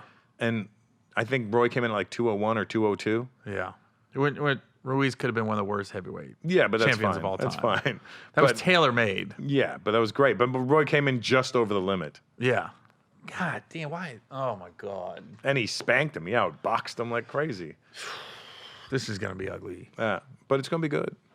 I'm watching. We're all fucking watching. Hey, that's in September, right? Yeah, it's September 12th. September 12th. And Mike was telling me, like, it's a League of Legends. So it's like all sports. What do you mean? So, like, hockey, like legendary hockey players are going to play a hockey game against each other. Legendary golfers are going to play against each other. Legendary tennis players are going to play against each other. Any retired... Yeah, but boxing's a different Any ballgame. retired elite athlete will be in this thing. And it's going to be fucking amazing. Boxing's a different ballgame, man. I know. Motherfuckers get hurt. I know, but that's what makes it exciting. Oh, I mean, I think it'll culminate with ultimately ending with him fighting Holyfield at the end of it. But Holyfield's got to fight somebody first, you know what I mean? Maybe they'll get Holyfield to fight Bo again or something. I don't know. I don't think that's going to happen, but Holyfield I know Bo needs the money. Yeah. And I'm sure Bo can get his ass in shape, sort of. I mean, but Bo's mad punchy. Yeah, that's what I'm saying. I feel bad. Like, I met him in Atlantic City one night. I was like, what's up, champion? Hey, man. I was like, oh, shit. Yeah, every time I see his interviews, I'm like, wow. Yeah, his tongue looks like it weighs 10 pounds when he's talking. I was like, what's up, man? And he doesn't, in his career outside of Andrew Galata, I don't remember him taking a bunch of punishment to be that way. Those wars against Holyfield took a toll on him. Yeah. Those were fucking wars. Yeah, they were fucking throwing bombs back then. Yeah. I remember back then, I was buying into the Great White Hype, Tommy Morrison.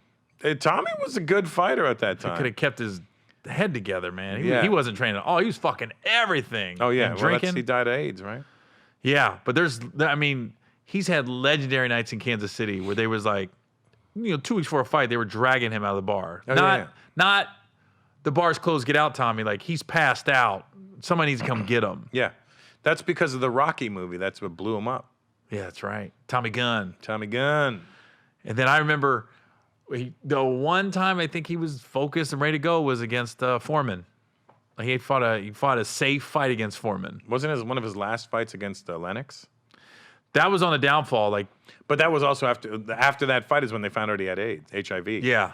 Yeah. That was and Lennox was scared as fuck. I remember Lennox was like, yo, what the fuck? This guy bled on me. I'm like, yo, I'm so scared.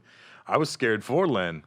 I remember getting arguments with people, like, not physical arguments, but like barbershop arguments, when I was like, dude, Lennox ain't, when he fought Mike, I was like, Mike's not ready for Lennox right now. No. Do you know what I mean? No. Mentally, everything. I said, Lennox, you guys don't give enough credit, man. That guy he's one of the most underappreciated heavyweight champs. What people don't know, too, is that Lennox and Mike had sparred many, many times in the 80s. So Lennox told me that, like in '84, right before the Empire Games, New York State Games, Lennox went up to go and meet Mike. That was the first time he met him. Like '83, '84, he met him, and he was like, Mike was really nice and really friendly, and Then the minute they got in the ring to spar, he was like, yo, this guy's fucking nuts. Yeah. And then Lennox like, okay, I adjusted. And then the next time we fought, I figured him out. Mm-hmm. But Lennox was like, I always knew how to fight him because I'd sparred with him when he was a beast. Yeah. So I already knew how to fight him. I remember watching the Olympic trials, and they did a big piece on Customato and Mike Tyson. And then Mike lost to Henry Tillman. Yeah, I was like this. Wow, I just watched this great piece. Yeah. And he comes in, and then he loses. I went, well, what the fuck was that? And then I was like, all of a sudden, then he just started knocking people out. Then he was Kid Dynamite on the cover of Sports Illustrated. And then I remember we were driving in that hot-ass station wagon down to Cocoa Beach. We stopped at a hotel, and this is before you couldn't just get fights when he fought Spinks. Right. And I remember thinking, we didn't know until the next day. Because there was no way to get the news until the paper came out the next morning. 1988. That was June of 1988. Yeah. So I'm like this. I'm literally that night going, well, I don't know what happened. Because they had you thinking Spinks had a shot. Spinks was undefeated. Oh, yeah. Well, I remember I woke up and saw the paper, and it was like 91 seconds or something. Yeah, I went, 91 what the seconds. fuck was that? Yeah, remember the Diet Pepsi sponsored that one. Yeah. I remember because it was like literally the weekend after high school ended for me. That was when the fight was? Yeah. It was like school ended on the Friday or something, and the fight was on the Saturday. Where were you when he fought Buster Douglas? I was at a nightclub in Toronto, and it was this club called Empire, and I was there, and nobody was really going to get that fight because it was like, who the fuck is this guy? Mm-hmm. They were waiting for Holyfield. Yeah, and then I was like, I guess we'll just find out what time how fast Mike knocked this guy out. And then I remember my dad, I think I called my dad. It must have been like 11:30 at night. I was like, Dad, any word on that Tyson fight? He goes, Mike got knocked out. And I go, shut the fuck up. He goes, he got beat up, stopped in the 10th round. I'm like, what the? And I go to this guy, Mike, that ran the club. I was like, and he was Mike was one of those Diesel brothers, like, always in really great shape. And he was a pretty boy, but he was jacked. And I knew he knew how to fight, but I didn't realize how hard this motherfucker hit. Mm-hmm. I was like, yo, Mike, fucking Tyson just got knocked out. He's like, what? And he pulls up on TV, and as soon as Mike got he smacked me on my back so hard. Yo, what the fuck? I remember going, huh? Fucking, what did I That's do? That's the worst in the small of your back, too? No, in the right in the here? meat part, the center. I thought he broke my spine. Yeah. I was working at Taco Bell. Stop bragging. Man. Yeah. Jesus, you're dropping all these names. I'm telling you, man. Bell, that's what I Cocoa do. Beach. I was working at Listen, all these socks. my white trash is tried and true. I remember working at Taco Bell, and I got off, and I remember I took everything when they closed, like all the tacos they could have. I mean, my family ate well the 3 months I worked at Taco Bell. So my mom picked me up, and I was like, hey, had the fight started? And she goes, well, they were walking into the ring on my way to get you. I said, it's probably over. Right. So when I got home, it was in the 3rd round. And I remember sitting there going, oh, fuck, this guy's kind of fighting Mike. Yeah, and it was at that, I didn't see the first 2 rounds, but I remember the announcers going, well, we weren't expecting this. Yeah. We came to fight. Man, is he really teeing off? Is he instigating Yep. the exchanges? I was like, oh, shit. And then when he got knocked down. The referee was Octavio Moran, I think. Oh, really? That's I how just dirty remember I how am for quiet this it was shit. in the audience. Oh, yeah, because it was Japan. Yeah. So they didn't, that's what kind of sucked about it was that it didn't get the scream that it should have Can you gotten. imagine if that was in Vegas? There would have been riots. Oh, my God. And I can remember exactly what Jim Lampley said when Mike Tyson knocked out Trevor Berbick. Remember? And we have a new era in boxing. Yeah. There was none of that shit. It was like, Nothing. Even when they were just sitting there. yep. It was like they were watching tennis. Yeah, it was insane. It almost was a good thing. Do you know that they But would have you know, destroyed that casino? Theoretically, that fight should have been stopped. I mean, he knocked out Buster Douglas, and they got a long count in that fight. But it goes back. Did Buster hear the count? And it's like, I'm waiting until 9 to get up. Yeah. Because he didn't seem like he was knocked out. Because remember, he hit the ground like, fuck. Yeah, yeah. I got caught. Yeah. You know what I mean? So I think he still would have got up. Even though the count was long, I do think he would have got up. He got him, and then the bell rang, remember? That's right. So he literally got saved by the bell. Yeah. That was what, the 8th round or 7th round or something? That was the 8th. And then everybody thought, then he just came out of the 9th, like, almost knocked Mike. I remember that's the first time I see Mike hit that hard where his head just went, Boom. And then that was right at the end of the ninth. I was like, oh, shit. And then remember, It was literally like Drago and Rocky. Yeah. He's hurt. Yeah. He's hurt. and then when he tried to pick up his mouthpiece, Oh, God. I just Sideways. I was like, oh my God, this is all bad. I'm like, what the fuck is happening right now? Right. And then Holyfield knocked out Douglas in 2 rounds. I think it was the third round. Third round, yeah. Yeah. That's But, one of your but peeps, your Douglas Ohio was done. peeps. Yeah. He was like, I'm champ. I'm partying. It was similar. We talked about this. To, Andy Ruiz. Similar. And Hasim Rahman. When he knocked out Lennox. Yeah. He was like, I'm champ. Because I think I told you this. I went to the Mandalay Bay, and I didn't get to go to the fight, but I stayed at the hotel for the Lewis Rahman 2. And I had to go to a bar. And I swear to God, I saw Rahman and Rahman's entourage 2 days straight. Everywhere I went, they was walking around the casino. I didn't see one glimpse of anybody associated with Lennox Lewis. Yeah. At all. And then Emmanuel Stewart said when he went up to his hotel room, he was nervous because, how's Lennox going to respond? He goes, Lennox is playing ping pong up in the room. And was like, hey, what's up, Manny? He goes, that's all I need to go. Okay, he's relaxed. I'm good. Yeah. Lennox likes to play chess, too. What is it, England or Canada? Is he both? He's from both. Where was he born? He was born in England. How does that happen? How is he from both? Because he's Jamaican.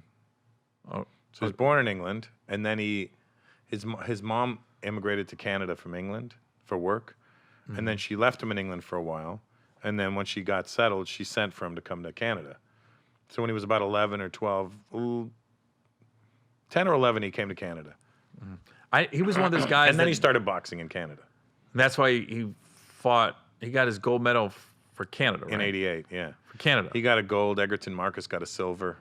He beat Riddick Bowe, right? He knocked out Riddick Bowe. And what? Second round? Was it like this? I'm It was a talking championship round, I think. Championship. It was a gold Was medal. it for the gold medal? It was a gold medal, So yeah. Riddick Bowe got the silver. I believe so. Oh, okay. I never saw that fight. And that's when Riddick Bowe had the Jerry curl still, remember? Yeah. I remember. I always knew. Like sometimes you see boxers, you're like, oh, I don't think this is gonna end well financially when he's done fighting. Lennox, all these guys, like, I think he's gonna be okay. Yeah, Lennox made over $100 million. I'm talking about just he's not gonna be stupid with his money. No, and you know what's funny is when I started making money, he came to me and he's like, now remember, you can only drive one car at a time. You can only live in one house at a time. You can only wear one watch at a time. Don't be stupid with your money. Yeah. And I go, well, Lenny, he goes, just don't do dumb things. Yeah. And I go, but Lenny, I kind of want to buy it. And just don't fucking do it, man. Just trust me, don't do it. Yeah, I can see. I didn't listen, but Yeah, him and the Klitschko's both. I was like, they're gonna be okay financially. Yeah, the Klitschko's. I did a thing with Lennox 2 years ago in London. It was basically like Mike's when Mike did the one-man show. Mm-hmm. So I did it with Lennox in London, and I was the guy on stage with him. What's it called? The presenter? The The mediator. MC? The mediator. Between Mike and Lennox. No, just Lennox. It was just Lennox. just Lennox, okay. And Lennox and myself. And then Klitschko showed up, Vitaly. So Vitaly came on stage with us too. And I have a picture of me, Lennox, and Vitaly, and I look like a child standing next to them. Yeah. Because Vitaly's like 6'7". Yeah. Lennox is 6'5". I'm 5'11". Yeah. And I look like a child. I'm like, Daddy. And Lennox just went out on top. Yeah. Like, I'm out. I'm done. Yeah, he was like, you know what? That fight was a little close. The Vitaly one. Yeah, That was at a- the Staples Center, right? That was a little closer than I wanted it to be. Was it Staples or was it at No, I think it was at MGM? Staples. No, I think it was in L.A. Was it? Yeah, I'm positive. I didn't have money then, so I couldn't be there. Yeah, Lennox was one of my favorites. Like, he was always one of my favorite fighters, like, the whole way. I only went to a couple of Lennox's fights. I went to see, he hooked me up for Galata, and he knocked him out in 93 seconds. Yeah. And then I went to like one of those Connecticut ones, not Foxwoods, the other one. Oh, yeah. I know what you're talking about. In Uncasville. And I was wondering where that's at. yeah, and then that's when he fought the Croatian guy, Željko Mavrovic. I remember that fight. Yeah, it was a 12-rounder, and that guy was a tough son of a bitch. He wasn't going nowhere, that guy. Yeah, I don't remember that one. And yeah, Lennox, we got a picture of me and Lennox after. Lennox got a big fat lip, and he's got sunglasses on because he had a black eye. And I go, damn, that guy. I always wonder about that with fighters in the after parties. Like, dude, if you get fucked up, I mean, you're just going But to show his up. after parties would always just be like family. Lennox. It'd be like his mom, his brother, his team, the guys he grew up with, like me and some other guys, and So basically like Adrian Broner after party. yeah, is that what it is? Yeah. Yeah. No, I'm kidding. Without the Adrian's gonna have everybody there. without the assault. Yeah. I knew you were gonna get one off. That was the biggest layup ever. Ting! No, basketball, Russ. You just play volleyball. Oh, with is that it. what it is? I said alley-oop, Russ went, ding! I told you I don't know team sports. Now, you follow UFC too? Yes, What do you like better, boxing or UFC? boxing, because that's my number one. But you used to box. Yeah, I used to box, but I do jujitsu. Now, you made me nervous 2 weeks ago when I stayed at your house, and then you took me over to Chuck Liddell's house, who lives down the street from you. And the crazy part is, you and Chuck are talking about something I have no idea what you're talking about. Right. And Chuck kept making fucking eye contact with me. And I didn't know what to do because he kept like looking at me like I'm supposed to agree with what you guys are talking about. And this is all I heard from both of you. Why would she do that? I can't believe she did that. And Chuck kept looking at him. I go, I know. Why would she do that? I have no fucking idea what you guys are talking I don't know about. why she would do that. And then he kept just looking at me. He would shoot a look at Gary. Right. Yeah. Why'd she do that? I know. And Chuck Scott has dead eyes too. Dude, I was like, yeah. What the fuck? She's so wrong. You know, and he's standing like this. And he stands like you think Chuck Liddell would stand. His arms back like this. And he still looks exactly the same, just wiry, like he would fuck you up. Oh, yeah. You know, same haircut. Yep. Like he's aging well. Oh, yeah. He just turned 50 last year, so yeah. That's crazy. He's that old? Yeah, he'll be 51 in December this year. God, he used to starch motherfuckers. Yeah, There was no kicking. He had kicks too. I That's know, the thing. but goddamn, he hit you with them You know, fucking. But his punches were always wide too. Yeah. He had, like if you were smart, you'd be down the middle. He ended wide. Yeah. God, that dude would just annihilate motherfuckers. It is trippy that like I'm friends with these guys. You know what I mean? Like all these people, Tyson, Liddell, even Lennox. I mean, even though I've known him since I was 15, it's just. You know, and then all the rappers that, you know, think about your friends. You got a pretty decent fucking list of friends too that you should be able to sit back and go, that's amazing that I could just call that person. They're going to answer my call. Yeah. I think the one that's kind of surreal to me that I'm like, God, I can't believe I got that guy and we really talk is Ken Griffey Jr. Being a Cincinnati kid, like that guy was a legend in Cincinnati. Yeah. You know, and then I got to know his dad. This is how I got to know Ken Griffey Jr. Alonzo You Mourning. knew Senior. Huh? And you knew Senior too. Well, Senior's the one that like facilitated it because Alonzo Mourning and Dwayne Wade used to have Zoe's Summer Groove in Miami. So it was 2006. The Heat just won the NBA title. So the Heat guys and basketball in general, they're all there. And then I see Ken Griffey Sr. walking with his wife, and I just took my opportunity. I went, hey, Ken Griffey? And he looked, I think he was so excited. Somebody knew him amongst all these Heat players. Right. He goes, yeah.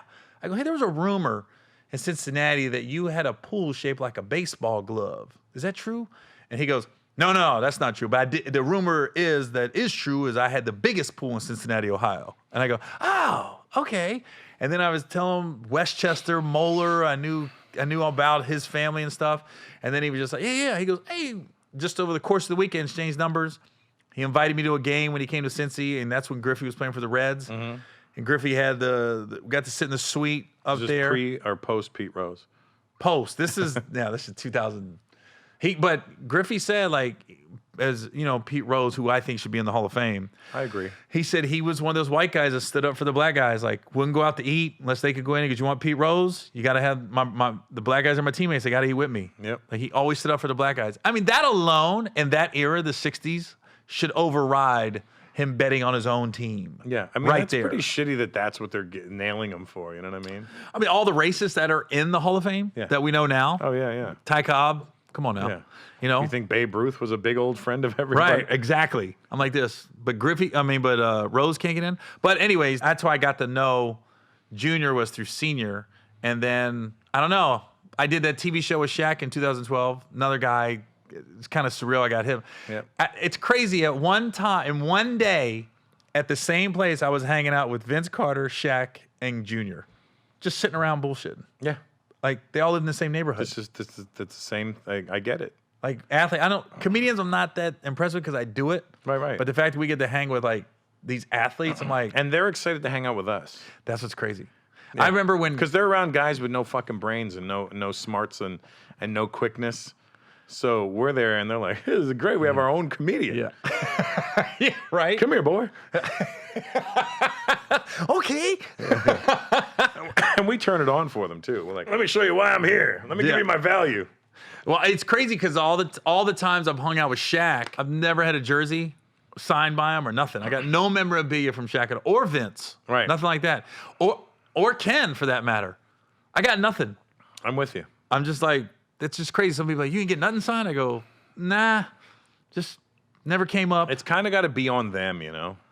Yeah, and they would if I brought out a jersey. Yeah, I never asked anybody for anything, but like one time Eric B just met up with me. I was in D.C., I think, and he came to hang out, and he was like, "Yo, Russ, here." I go, "What's this?" He goes, "Look at it." And there was a record, right? And I go, oh, dope, Follow the Leader. He goes, "No, that's the acetate of Follow the Leader. That's the one they pressed all the albums off of." I was like, "This is the master?" And he's like, "Yeah." I go, "Wow, so cool." He goes, "It's yours." I go, "What?" It mean more to you than mean to me. I'm like, what the fuck? So I've got literally the master of the Follow the Leader album, and I show it to all my nerdy DJ friends. They're like, "Yo, that's fucking insane." You got it. Where do you got it at your house right now? It's at the house.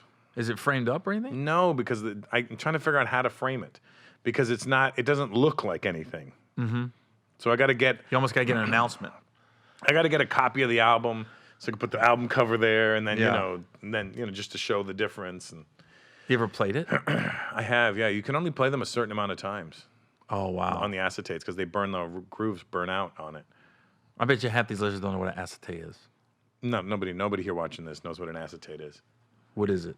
It's a record vinyl that they print the masters off of, but it's a really thick, hard vinyl. It's not like a soft, it's like that thick, bouncy right? record. Yeah, it's a thicker one, and it's got no bounce in it. Yeah. So that way it'll play solidly. That's what I thought it was, but I wanted to make sure before I put my foot in my mouth. Right. And you want to know how you foot tate instead of your acetate. I was like, I didn't want to say it's thick. You're like, that's not what it is. No, it's a tape, Gary. Oh, sorry about that. It's a record. It's a record. My fault about that. Yeah. Who, is anybody you ever met that you were just like, you didn't really know? Well, I think you probably answered it with Mike Tyson. You're like, holy shit, Mike Tyson's at my house. Yeah. Do you remember the first like celeb you ran into like as a stand-up? You were like, oh shit, and they knew who you were? Yeah, I think it was like, back in the 90s, the Raptors used to come to the show. So Vince would be at the shows, Vince and Tracy, and then like the lesser guys, AC Earl. God damn. But AC Earl, they're from Iowa. Yeah, AC Earl and Doug Christie and Del Curry would come. Isaiah Thomas would be there. It was all really cool, but they would just come watch the show and they'd leave, and we'd try to get a picture with them. Back then, I used to keep a disposable camera with me.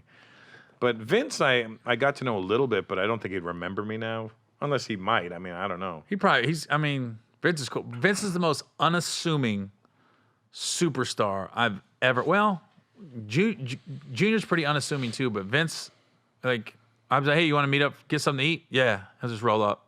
Yeah, where's he, in Florida? By himself. Yeah, he's in Orlando. Yeah. But I'm trying to think. How did I meet? Pete, Chris Childs.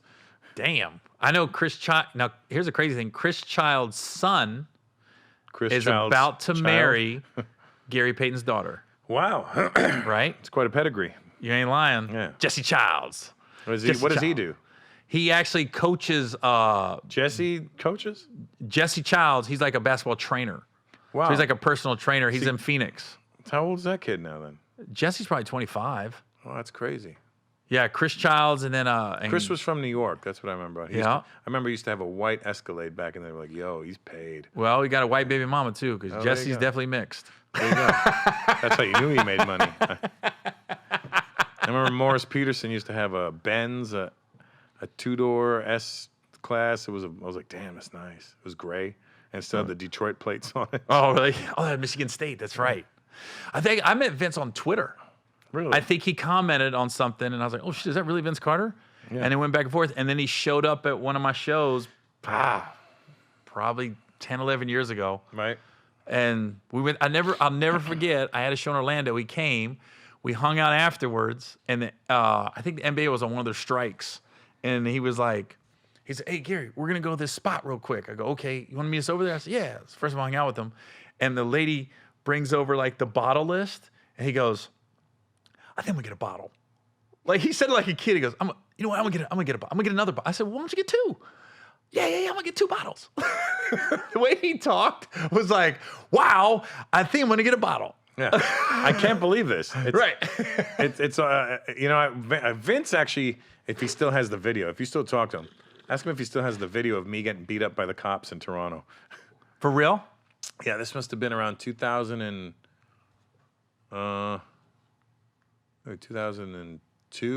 I'm going to text him. I think it was 2002. And text him on air. It was on Caravana weekend, and the cops were pushing everybody off the street, and it was like Vince and a bunch of other basketball players and stuff, and my cousin was standing on the street, and he was a tall, skinny kid, like not tall, but he's a really small, skinny kid. I'm talking, the guy must have weighed 115 pounds, but he's about 5'10". It's just scrawny. And there were cops like, everybody on the sidewalk. So I get on the sidewalk, but I'm literally right at the edge. Like, there's no room anymore. I'm standing right at the edge of the sidewalk.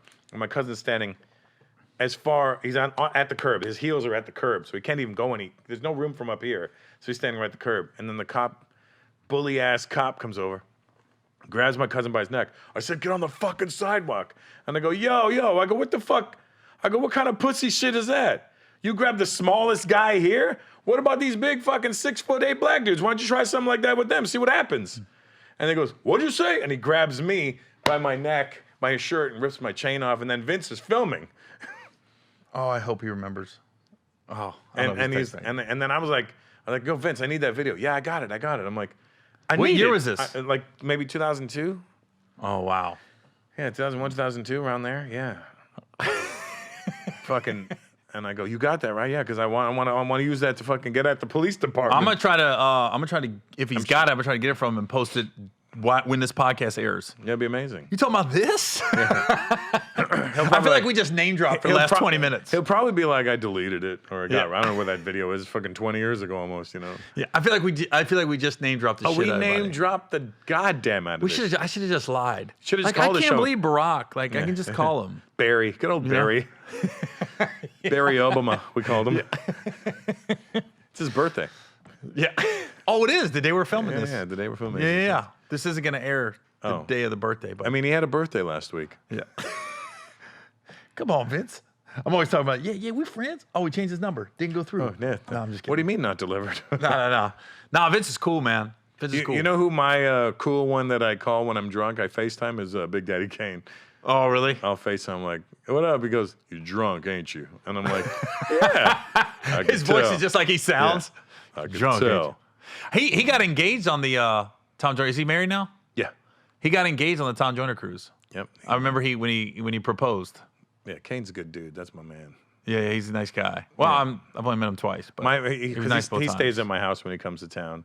And so when I was living in Malibu, he came. We were all hanging out. My mom was there that night. And we were sitting around, and Kane's drinking red wine, and he's feeling good. And my mom's like, and my mom has no filter either. My mom's like, so why do they call you Big Daddy Kane? Do you have a big cane? And she points at it. And Kane's like, yo, your mom's crazy, man. And then everybody goes to bed. And then the next morning, Kane comes down in the kitchen. Everybody's in the kitchen for breakfast. And he's wearing like black silk pajamas. As he should. Big Daddy Kane. He's wearing black velvet house slippers and black velvet pajamas with like a silver cravat around his neck, like a grayish. Did he have a hat? No, but he had his hair done. He looked good. He was like, good fedora. morning. And my mom goes, what are you wearing? Come on, that's Kane. But look what he's wearing. He's dressed up. I go, Mom, it's his pajamas. Who has pajamas like this? They don't sell that at Kmart.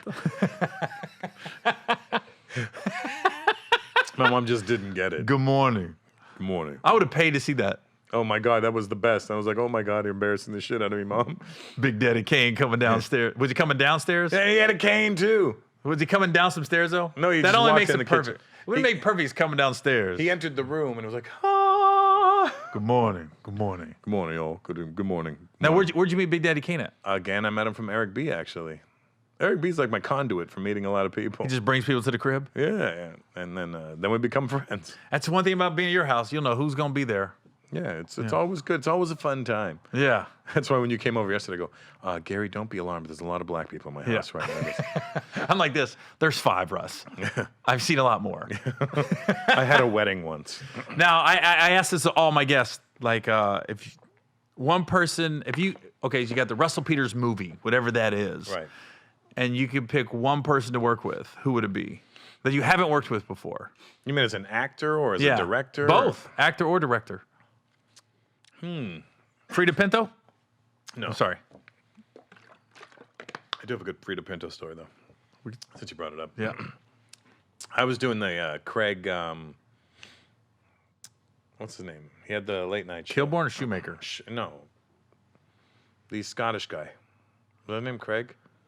I'm sorry, he had the late show. Yeah, he had the Craig Kilborn show after Craig Kilborn. It was, God damn, and I did that show. Yeah, I know who you're talking about. One late night talk show guy. the Scottish guy. Yeah. Anyway, so this must have been like around 2008.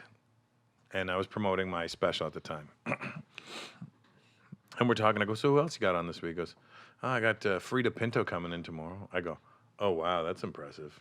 I go, hey, Craig, do me a favor. I'm going to leave a DVD for her. And will you give it to her? My number's going to be inside. So I put a note to her. Hey, Frida, please enjoy this DVD. It's Russell Peters. Love to hang out sometime. Put my number. He gives it to her. I forget all about it. I go to Phoenix that weekend. I get a call. And I hear, is this Russell Peters? And I'm like, yeah. I'm getting an ad. I'm like, yeah, who's this? And I'm thinking, fuck, my mom gave my number to one of her friends. Because I'm hearing an Indian accent on the phone. I'm like, my mom gave my number to one of her friends to get fucking free tickets to the show. I go, who's this? And she was like, do you always give your number to strange women? And I go, huh? Oh, hey, what's up? Hey, maybe we can hang out when I come home. We can become a power couple. Yeah, we never hung out. She ended up dating Dev Patel after that. But that's the whole story, that's Russ? the whole story. It's not a very good... That story sucks. I know, it has no good ending. I thought it was about to be some shit popping off. No shit. I was still to this day, I've never met. Did she ever call you back? Just that one time? No, just that one time. And then I think I texted her after that, and then... that was it. She was dating Dev. You said I have a great Frida Pinto story. You know what? Maybe you should have said I got an okay Frida Pinto story. You know what? I got a better Pinto Bean story probably. I got a better Ford Pinto story. So who would it be then to work with? To work with, I don't know. This is in a movie now, right? Mm-hmm. Like they're like, Russ, it's your film. Who you want? You can get whoever you want. I think it would be DiCaprio. Yeah. Would you be nervous to be on set with him? Yeah, because he's such an amazing actor. I wouldn't want to fuck up my lines. But I did hang out. He was at Eddie Murphy's house one night. Eddie's had some epic parties. Yeah, Tiffany took me. I wasn't invited. What year was this? This had to be recent. Yeah, like a year and a half ago. Yeah. 2 years ago almost. Anyway, long story short, everybody was there. Chris Rock, Dave Chappelle, Jamie Foxx, Q-Tip, Sacha Baron Cohen, Jimmy Kimmel, Bill Hader, Patton Oswalt, Jeff Ross, Ali Wong, Tig Notaro. Everybody's there. Well, you just threw in Tig Notaro. I know. I got to throw in some names. Yeah. Kenya Barris is there. Yeah. And I'm like, and I had a brain fart. What was I trying to say? Oh, yeah, and DiCaprio was there. Yeah. And we're all hanging out. Everybody's just hanging out and talking. And then DiCaprio just walks over to us and is like, hey, guys, I got to go. And we're like, oh, you working tomorrow? He's like, no. This fucking idiot doesn't know who anybody is in this fucking time, pointing at the girl he's with. She's fucking 19. She has no fucking clue anybody is in this room. This is the best fucking party I've ever been to in my life. And this fucking bitch doesn't know who anybody is in this fucking party. She's fucking bored. I go, send her in an Uber. No, I got fucking... Okay, let's go. We're going. He was mad was like mad. that? But he dates the young girls. Yeah, well, that's the problem. Yeah, they don't know anybody at the party? Yeah. I don't know who's Eddie Murphy. Oh, my God. She was like, he had to be like, it's the donkey from Shrek. He didn't look like the donkey. Oh, my God. I'd be so... Yeah, that's my biggest fear is to go blank in a big movie against an A-lister. I had a table read with Robert De Niro last year, in New York. What movie was that? It was this. It hasn't come. They haven't even shot it yet. It was the director liked me to play this one role, and he was like, "I want you to do a table read with De Niro," and it was like De Niro was sitting like right there, and I'm right across from him. Christoph Waltz is sitting beside him, Wow. and there's all these other actors, and I'm like, "Oh shit!" I didn't know the script because he got it the night before, and I'm like, De Niro was cool. He's like, he's doing his lines. You can tell he doesn't really know the script either. He's like, Yeah. And he's doing all my scenes are with him. He does the line. The first time he's like doing the line, I'm like, and he's doing it, I'm like, sorry, I reply, yeah. I'm like, Robert De Niro just read to me. yeah. I was like, I'm sorry. Then maybe, And I was like, wow. And then he was cool as shit after. He was like, yeah, I was like, yeah, they sent me your stuff. You're very talented. Very, very funny. Very talented comedian. Yeah. A great comedian. Terrible actor, but a great comedian. I'm like, oh. And I was like, I know, right? I'm so shit. Yeah, I think I ask a lot of my guests that. I think Denzel's the one that comes up more than anybody. Obviously, I've had a lot of black guests. Yeah. But it's the same thing. Like, I'd be like, God damn, I would not want to fuck up my... Because I heard Eastwood only does one take. I've heard that about Eastwood. Like, he's like, we're doing one take and that's it. I was like, whoa. Because you imagine fucking your lineup. And as comedians, we like to ad-lib sometimes too. You're like, fuck, I ain't doing that. Just stick to my lines. I had Joe Sikora on about a month ago. He had you on. I had me on. Yeah. That guy right there. He had a good... He's a really nice guy, Joe. Joseph? Yeah. Oh, he's the best.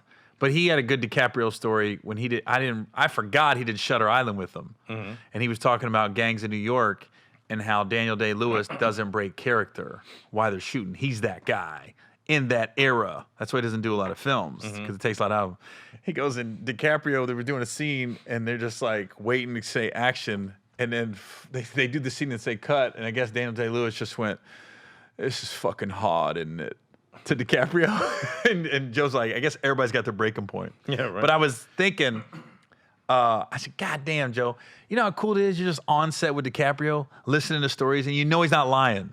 He's not adding shit to the story. He's just like, that's what happened. At all. Like this. I go, you know how cool that is? We embellish our stories about them. Just a little bit. Yeah, I'm sure DiCaprio... it was probably one person she didn't know. Yeah. And she was probably 20. Yeah. Not 19. Yeah. She gets younger. He had an 8-year-old at the fucking party 10 years from now. He's talking to his kids who are still in his balls. Yeah. All right, man. Well, shit, we've been on long enough. I got to go to your house and get a nap. You must be tired. You went to bed late. Yeah. I mean, it's my fault. He goes, hey, can I get a drink? Okay. I poured him a drink. Goes, there's a lot of alcohol in here. I go, just drink the no. You said, oh, Gary, come here. Let's get a drink. And then you filled it out. I go, do. I like a little alcohol and a lot of club soda. You went this with it. And then I was like, there's not enough room. I literally took the bottle of club soda and just walking around with it. A little bit. I don't like strong drinks. Oh, I like my drinks strong. Yeah, I'm going to bed early tonight. Yeah. Going to bed early tonight. So. All right, man. Well, I appreciate you coming on. Anything you want to pump? No, I got nothing to promote. Nothing. There it is. Well, what's your prediction on the Tyson Roy Jones fight? Third round. Roy goes to sleep. You think I think Michael will extend him a little, I think. Do you? I say first round. You say first round? I think he's going to get him. Okay, Vince just texted me back. No, not by name. So should I say you record it? Maybe if I see him. Say Indian comedian guy from Toronto. Okay, we'll see if he gets back to me. I told you I wouldn't remember. We were going to say goodbye, but I want to make sure he give him time, though. You want to ask me anything? So, Gary, how was your birthday? It was good, man. Those Islas you gave me were quite delicious, I gotta say. Oh yeah, because I didn't start smoking cigars till this COVID. Yeah, me too. Same. My neighbors started smoking, so I'd always be hanging. It seemed like we're in different backyards in my neighborhood, and I was like, all right. Then I started going back on the road. Now I'm smoking cigars every couple days. Yep. And this guy that's opening for me, this guy named T-Robe out of Pittsburgh, he's an avid cigar smoker. So I told him, I said, dude, I like it when it's got a little sweetness to it. And I'm just starting. So he's the one that brought me these Isla del Sols. God damn, I'm a tasty ass cigars. You put me on game to that one, and I was like, These are delicious. Those are really good They're cigars. fucking delicious. And they're not expensive. No, they're I like know. $8 cigars. Yeah, they're good. They're not like the pricey ones. I got the pricey ones at home, and I'll smoke them, but I feel like I'm wasting them on me. They're like the Chrysler 300s. When you could Yeah. afford a Bentley, Yeah. but you just got a Chrysler 300 for what? You did Lennox Lewis. You just wanted the big grill. Yeah. Come on, Vince, get back to me. I'm ready to go home. He's not even. You don't even have the bubbles of him typing back. Nah, he's probably looking you up right now. That'd be funny if he sent me the video. This video? Yeah. Oh, yeah. Motherfucker. What's his hometown? Daytona. Oh, he's He's a Florida guy. got the high school named after him, or the gym named after him, Daytona Beach. And Tracy as well? I don't know. I think Tracy's from South Carolina or something. They're cousins. Yeah, they're cousins, yeah. I don't know where Tracy's from, actually. I used to do a joke about Tracy, how he could holler at 3 girls at the same time in the club because his eye was lazy. You know Tevin Farmer? I know the name. He's a fighter, young kid. He's a good friend of mine. I always make fun of him. He got lazy eye? Yeah, he's got a lazy eye, but his defense is amazing. I was, of course, his defense. You can watch both hands. Yeah. Tevin Farr, I gotta look him up. Nah, I used to do all the joke, and then I think got back to Tracy, wasn't real happy with it. No? I said, Tracy just sitting at the club, like, hey, what's up, baby girl? She's over here. They go like, why are you acting like that? You're not looking at me. I'm looking right at you. She's over here. Toronto, is that your squad? I mean, you're not a huge basketball fan. Would you geeked when they won the title last year? No, yeah, I actually got emotional when they won the NBA. Did you fly home for the parade? No, but Dude, if the Bengals. I was shooting a movie, I think, so I couldn't go. But I got emotional when they won. Really? Oh, it was something happened. I couldn't go. I couldn't go for the parade, but I got teary-eyed when they won. I was like, I never thought my city would do this. Oh my God! Let me tell you something. The Bengals ever won the Super Bowl. I already told my mom. I told my wife have bail money, and there might be naked pictures of me running around the streets. Right. That's why when the Eagles won and he tried to get on the podium, Oh, that was hilarious. I was like this. I go, that was stupid, but I understand. I know exactly. I said, dude, I would have been on that fucking podium. I would have been like Marshawn Lynch when the Warriors won. He was on the parade because he's from Oakland. Right. Marshawn's that dude. I was like, what? I remember watching the parade. Goes, why is Marshawn Lynch on the float with the players? Hey man, it's just me. You ever met Marshawn Lynch? I don't know who he is. The running back for the Seahawks? No. Beast mode? Nope. Oh, Russ. It's funny because I don't know football at all. And I did Terrell Owens' podcast. Really? Yeah. And I was like making fun of him and stuff because I didn't know who he was. I mean, I knew his name and I knew what he looked like. Was he laughing? Yeah, he was cool. He was cool as shit. Yeah. Because he goes both ways. I heard he can be moody. He's always been cool with me. But I heard you can catch him on the wrong day. Yeah, I think when you're doing his thing, he's like, we're in the same space. Oh, okay. Yeah, I think if you're out and you try to approach him, he might act funny style with you. I get that a lot. People always be like, that guy's that guy could be a dick. I go, where'd you meet him at? That goes a long way. Yeah. I had a guy tell me that about Patrick Mahomes. Do you know who that is? Nope. The Kansas City Chiefs quarterback, Super Bowl MVP. Nope. Just won the title. Couldn't tell you nothing about football. Okay. Well, anyways. Football is actually the sport that annoys me the most. Really? Yeah. That's probably my favorite. It's funny because I'm like, I don't get it. I don't understand where all this action is. It's 3-4 seconds of action, then there's a 15-minute break of talking. Oh. That's how I view it. I'm like, okay, cut the ball. He fell down. Hold on, the guy's stopping it on the side. Oh, come here. We're gonna have a meeting about that. Now you caught the ball and you fell down over there. We're gonna do that again. We're gonna have to disagree. That's how I see it. That's exactly how. That's the only way. That I see is it. my sport. Listen, sports. I get it. I get that people love it. My assistant loves it. Everybody I know loves it. But I go, turn this shit off. It fucking drives me nuts. And why is a game so goddamn long? Oh, I love it. I love it. Because when they do cut out all the fluff, like the NFL Network now can air a game in like an hour. Like if you just go by the 60 minutes, Right. it flies by. You're like, wow, you don't realize how much dead time there is. It's 2 hours of dead time. I realize it. Yeah, I don't. As all. As a person who I go, there's nothing happening. Okay, ran for 5 minutes. Not even 5 seconds. If 5 seconds is a long run. Oh, in football? Yeah. Oh yeah, you might have scored. Yeah. Anyways, this Patrick Mahomes guy is he's probably the best player in the NFL right now. Mm-hmm. So they win the Super Bowl. There's a bunch of Chiefs that go to Vegas the week after Super Bowl. A buddy of mine went to Vegas, comes back, and was like, man, ran a bunch of the Chiefs. Mahomes a dick. And I go, where'd you run into him at? He goes, oh, he was at one of the nightclubs. I go, okay, you're 24 years old. You are now one of the most popular athletes in America. I go, you're the guy, you're the best player, and you're at a club, I go, and you're a dude coming up to him. Why would he want to talk to you? Yeah. I'd love to hear your thoughts on how to play the game. Right. Why would he want to spend 30 seconds hearing you tell him how great he is or whatever you want to pitch? Because you know the pitcher's coming. No, yeah. You know the pitcher is coming. You know what you should do? Yeah. You know, next year. I go, yeah, of course. I would have been a dick to you. He goes, yeah, I didn't really think about that. Yeah. Yeah. It's all about where you meet people and how you meet. I mean, you met Mike Tyson at your house. Yeah. It's a huge difference. Cool as shit. You know what I mean? Can you imagine you just met Mike Tyson at a casino and walked up to him? Hey, what's up, man? I'm a comedian. Oh, great. Good. Keep it moving, Yeah. stupid. You need to get out of here. Have you ever been dissed by anybody asking for a picture? You asked somebody. I mean, you asked somebody for a picture. Yeah, it's funny. I told him when I met them again later in life. It was Tay Diggs. Oh, really? Tay Diggs is in Toronto years ago, and I'm at this club with this girl, and she's like, "Oh shit, that's Tay Diggs," and I go, she goes, "I want to see if you take a picture with me." We had disposable cameras then, and I'm like, "Okay, let me do this," because I'm like, I'm trying to get laid. So I see him sitting there, and I go, "Hey man, I don't want to bother you. I know you're hanging out and stuff." I go, "But I'm trying to impress this chick over there. Would you be cool to take a picture tonight with her?" And he goes, "Nah, man, no pictures." I go, "That's cool, man, thanks." And I walked away. And then, all in the creepy voice the whole night? because I'm whispering in his ear. Yeah. You know? Hey, man, come on, man. Oh, yeah, that's cool. Yeah, that's what's up. Yeah. So then I leave. I don't want to make a big deal about it. And then after that, I was like, "Fuck Tay Diggs," right? And then I'm doing this thing last year for Laugh-In, and Tay Diggs is there, right? And so I start talking to him, and I go, "You know, I got to tell you something, Tay." He goes, "What?" He goes, "You know, I met you years ago in Toronto." I goes, "Was that nice?" I go, "No, actually, you were a dick. You wouldn't take a picture." He goes, "Fuck me. You know, my family always told me never do that to people, and I did that to you." I go, "Yeah, you did that to me." Yeah. I go, "I was trying to get laid, and you didn't even help a brother get laid." He was like, "Man, I'll never do that shit to anybody again." Yeah. But it was at a club? Yeah, but it wasn't like popping. It was like, Oh, okay. it was like sitting, and it wasn't like I was like, "Hey man," I was like, I was like, "Hey," I just didn't want to make a big deal. Like, "Yo, Tay Diggs." I was like, "Hey man," trying to make it real subtle. And then he goes, "I'm sorry, man. You want to take a picture now?" I go, "No, I don't want your fucking picture now." Well, T.I.'s wife said it best. Tiny,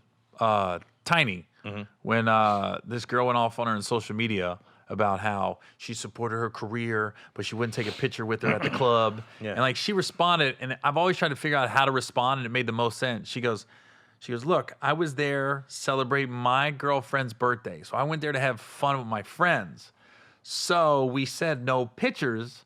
Because if I take one, I got to take 100. And whether I take 99, the minute I say no, I'm just a bitch to that person on. And she goes, so the way she said it was, if I would have met you under any other circumstances, any other place, like at a Starbucks or anywhere else, I've been happy to take a picture with you. But I just want to have fun that night, and I didn't want to have to take pictures. Right. And the way I was like, I've been trying to figure out how to say it. I go, that's perfect. It's exactly what I'm talking about. It's all where and how. It's true.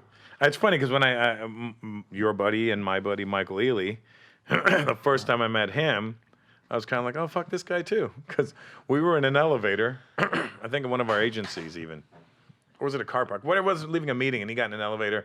We were in the same elevator, and I go, "Man, you Michael Ealy?" He goes like this, "Yeah," and the door opens and he walked out, and I was like, "Oh, well, fuck that guy then." And then we did Lily Singh show together, and he goes, "Hey, nice to meet you, man. I'm a big fan." I go, "Are you really, huh?" Did you bring it up? And then I go, "We'll talk about it on the air." We get on the air, and I told him the story. He goes, "What?" I go, "Yeah." So Michael Lee just kind of blanked me. Yeah. I love Mike. Yeah. He's a great guy. Mike's one of those guys, he's in it for the art. Like, he's not in it for the fame. Right. Like, he's literally an actor. I just want good projects. I want to do good work. And, of course, the money and perks are always great. But it ain't about just being famous. He could care less about that. Was it you asking me if I had Jesse Williams' number the other day? No. Somebody asked me, "Do you have Jesse Williams' number?" I go, "No, I got Michael Ealy, the original Jesse Williams." Yeah. The not as angry Yeah. Jesse Williams. The less militant one. God, Vince is not getting back to me. Yeah, as soon as we say goodbye, he's going to text back. I'm sure he's looking at Yeah, it he's probably trying to upload it. Yeah. He's trying to rip probably it. going through his videos right now. Yeah. Oh, yeah, that dude. Shot on the camcorder. He had a camcorder with him that weekend. Yeah. God, that's when they were like this. Yeah. It was one of these. Little one. The 92 Olympic It was team? the little one. It was the little one. Yeah. That's when I thought we peaked digitally. Oh, where do we go from here? There's nowhere else. Yeah. It had a So, screen that popped out. Oh, it was amazing. Yeah. Now look at them. They look like fucking spaceships. I got so many damn home videos of my kids on those things that I can't figure out how to watch them now. I got to high get them eight? transferred. Yeah. There was flip it high around. 8, super 8. Oh, my wife's puss, her placenta, all that shit's on there. Oh, nice. We'll never release that, but You should. they was like this. No, my wife's like, don't take that. I go, hey, fuck that. I'm watching my kid come out. Yeah. Did I film my son being born? I don't think somebody did. I think we do have it on video. I don't think I do. It's gross. I don't know. I wasn't grossed at all. Yeah. And everybody's like, you're not gonna want to see that. I go, fuck that. I was into it. He was jacking off in the That corner. was right there. Yeah. There's some pussy I'm not getting for the fuck. next 3 months. Yeah. Them stitches are gonna come out quick. Yeah. Yeah. Hope they're dissolvable, Yeah. bitch. About to dissolve this dick. All right, Russ. Well, I appreciate you hanging with me. I think this was the longest one. Well, it's good. I'm glad As we long got as to do this. podcast. Because you can shave it down to like good 15 and get a good solid one out of Yeah, it. we're good, man. I was trying to go 5 hours, but we're good. I was trying to do a Dave Chappelle, Dane Cook contest Hilarious. back from the early 2000s. All right, man. Well, I appreciate you coming on. Thanks, Gary. So I All right, was man. checking all those messages while I was talking to you. The goodbyes. Yeah. Let's go home. Just to let you know, we're wrapping up now, guys. Let's go home, Russ. All right. Bye.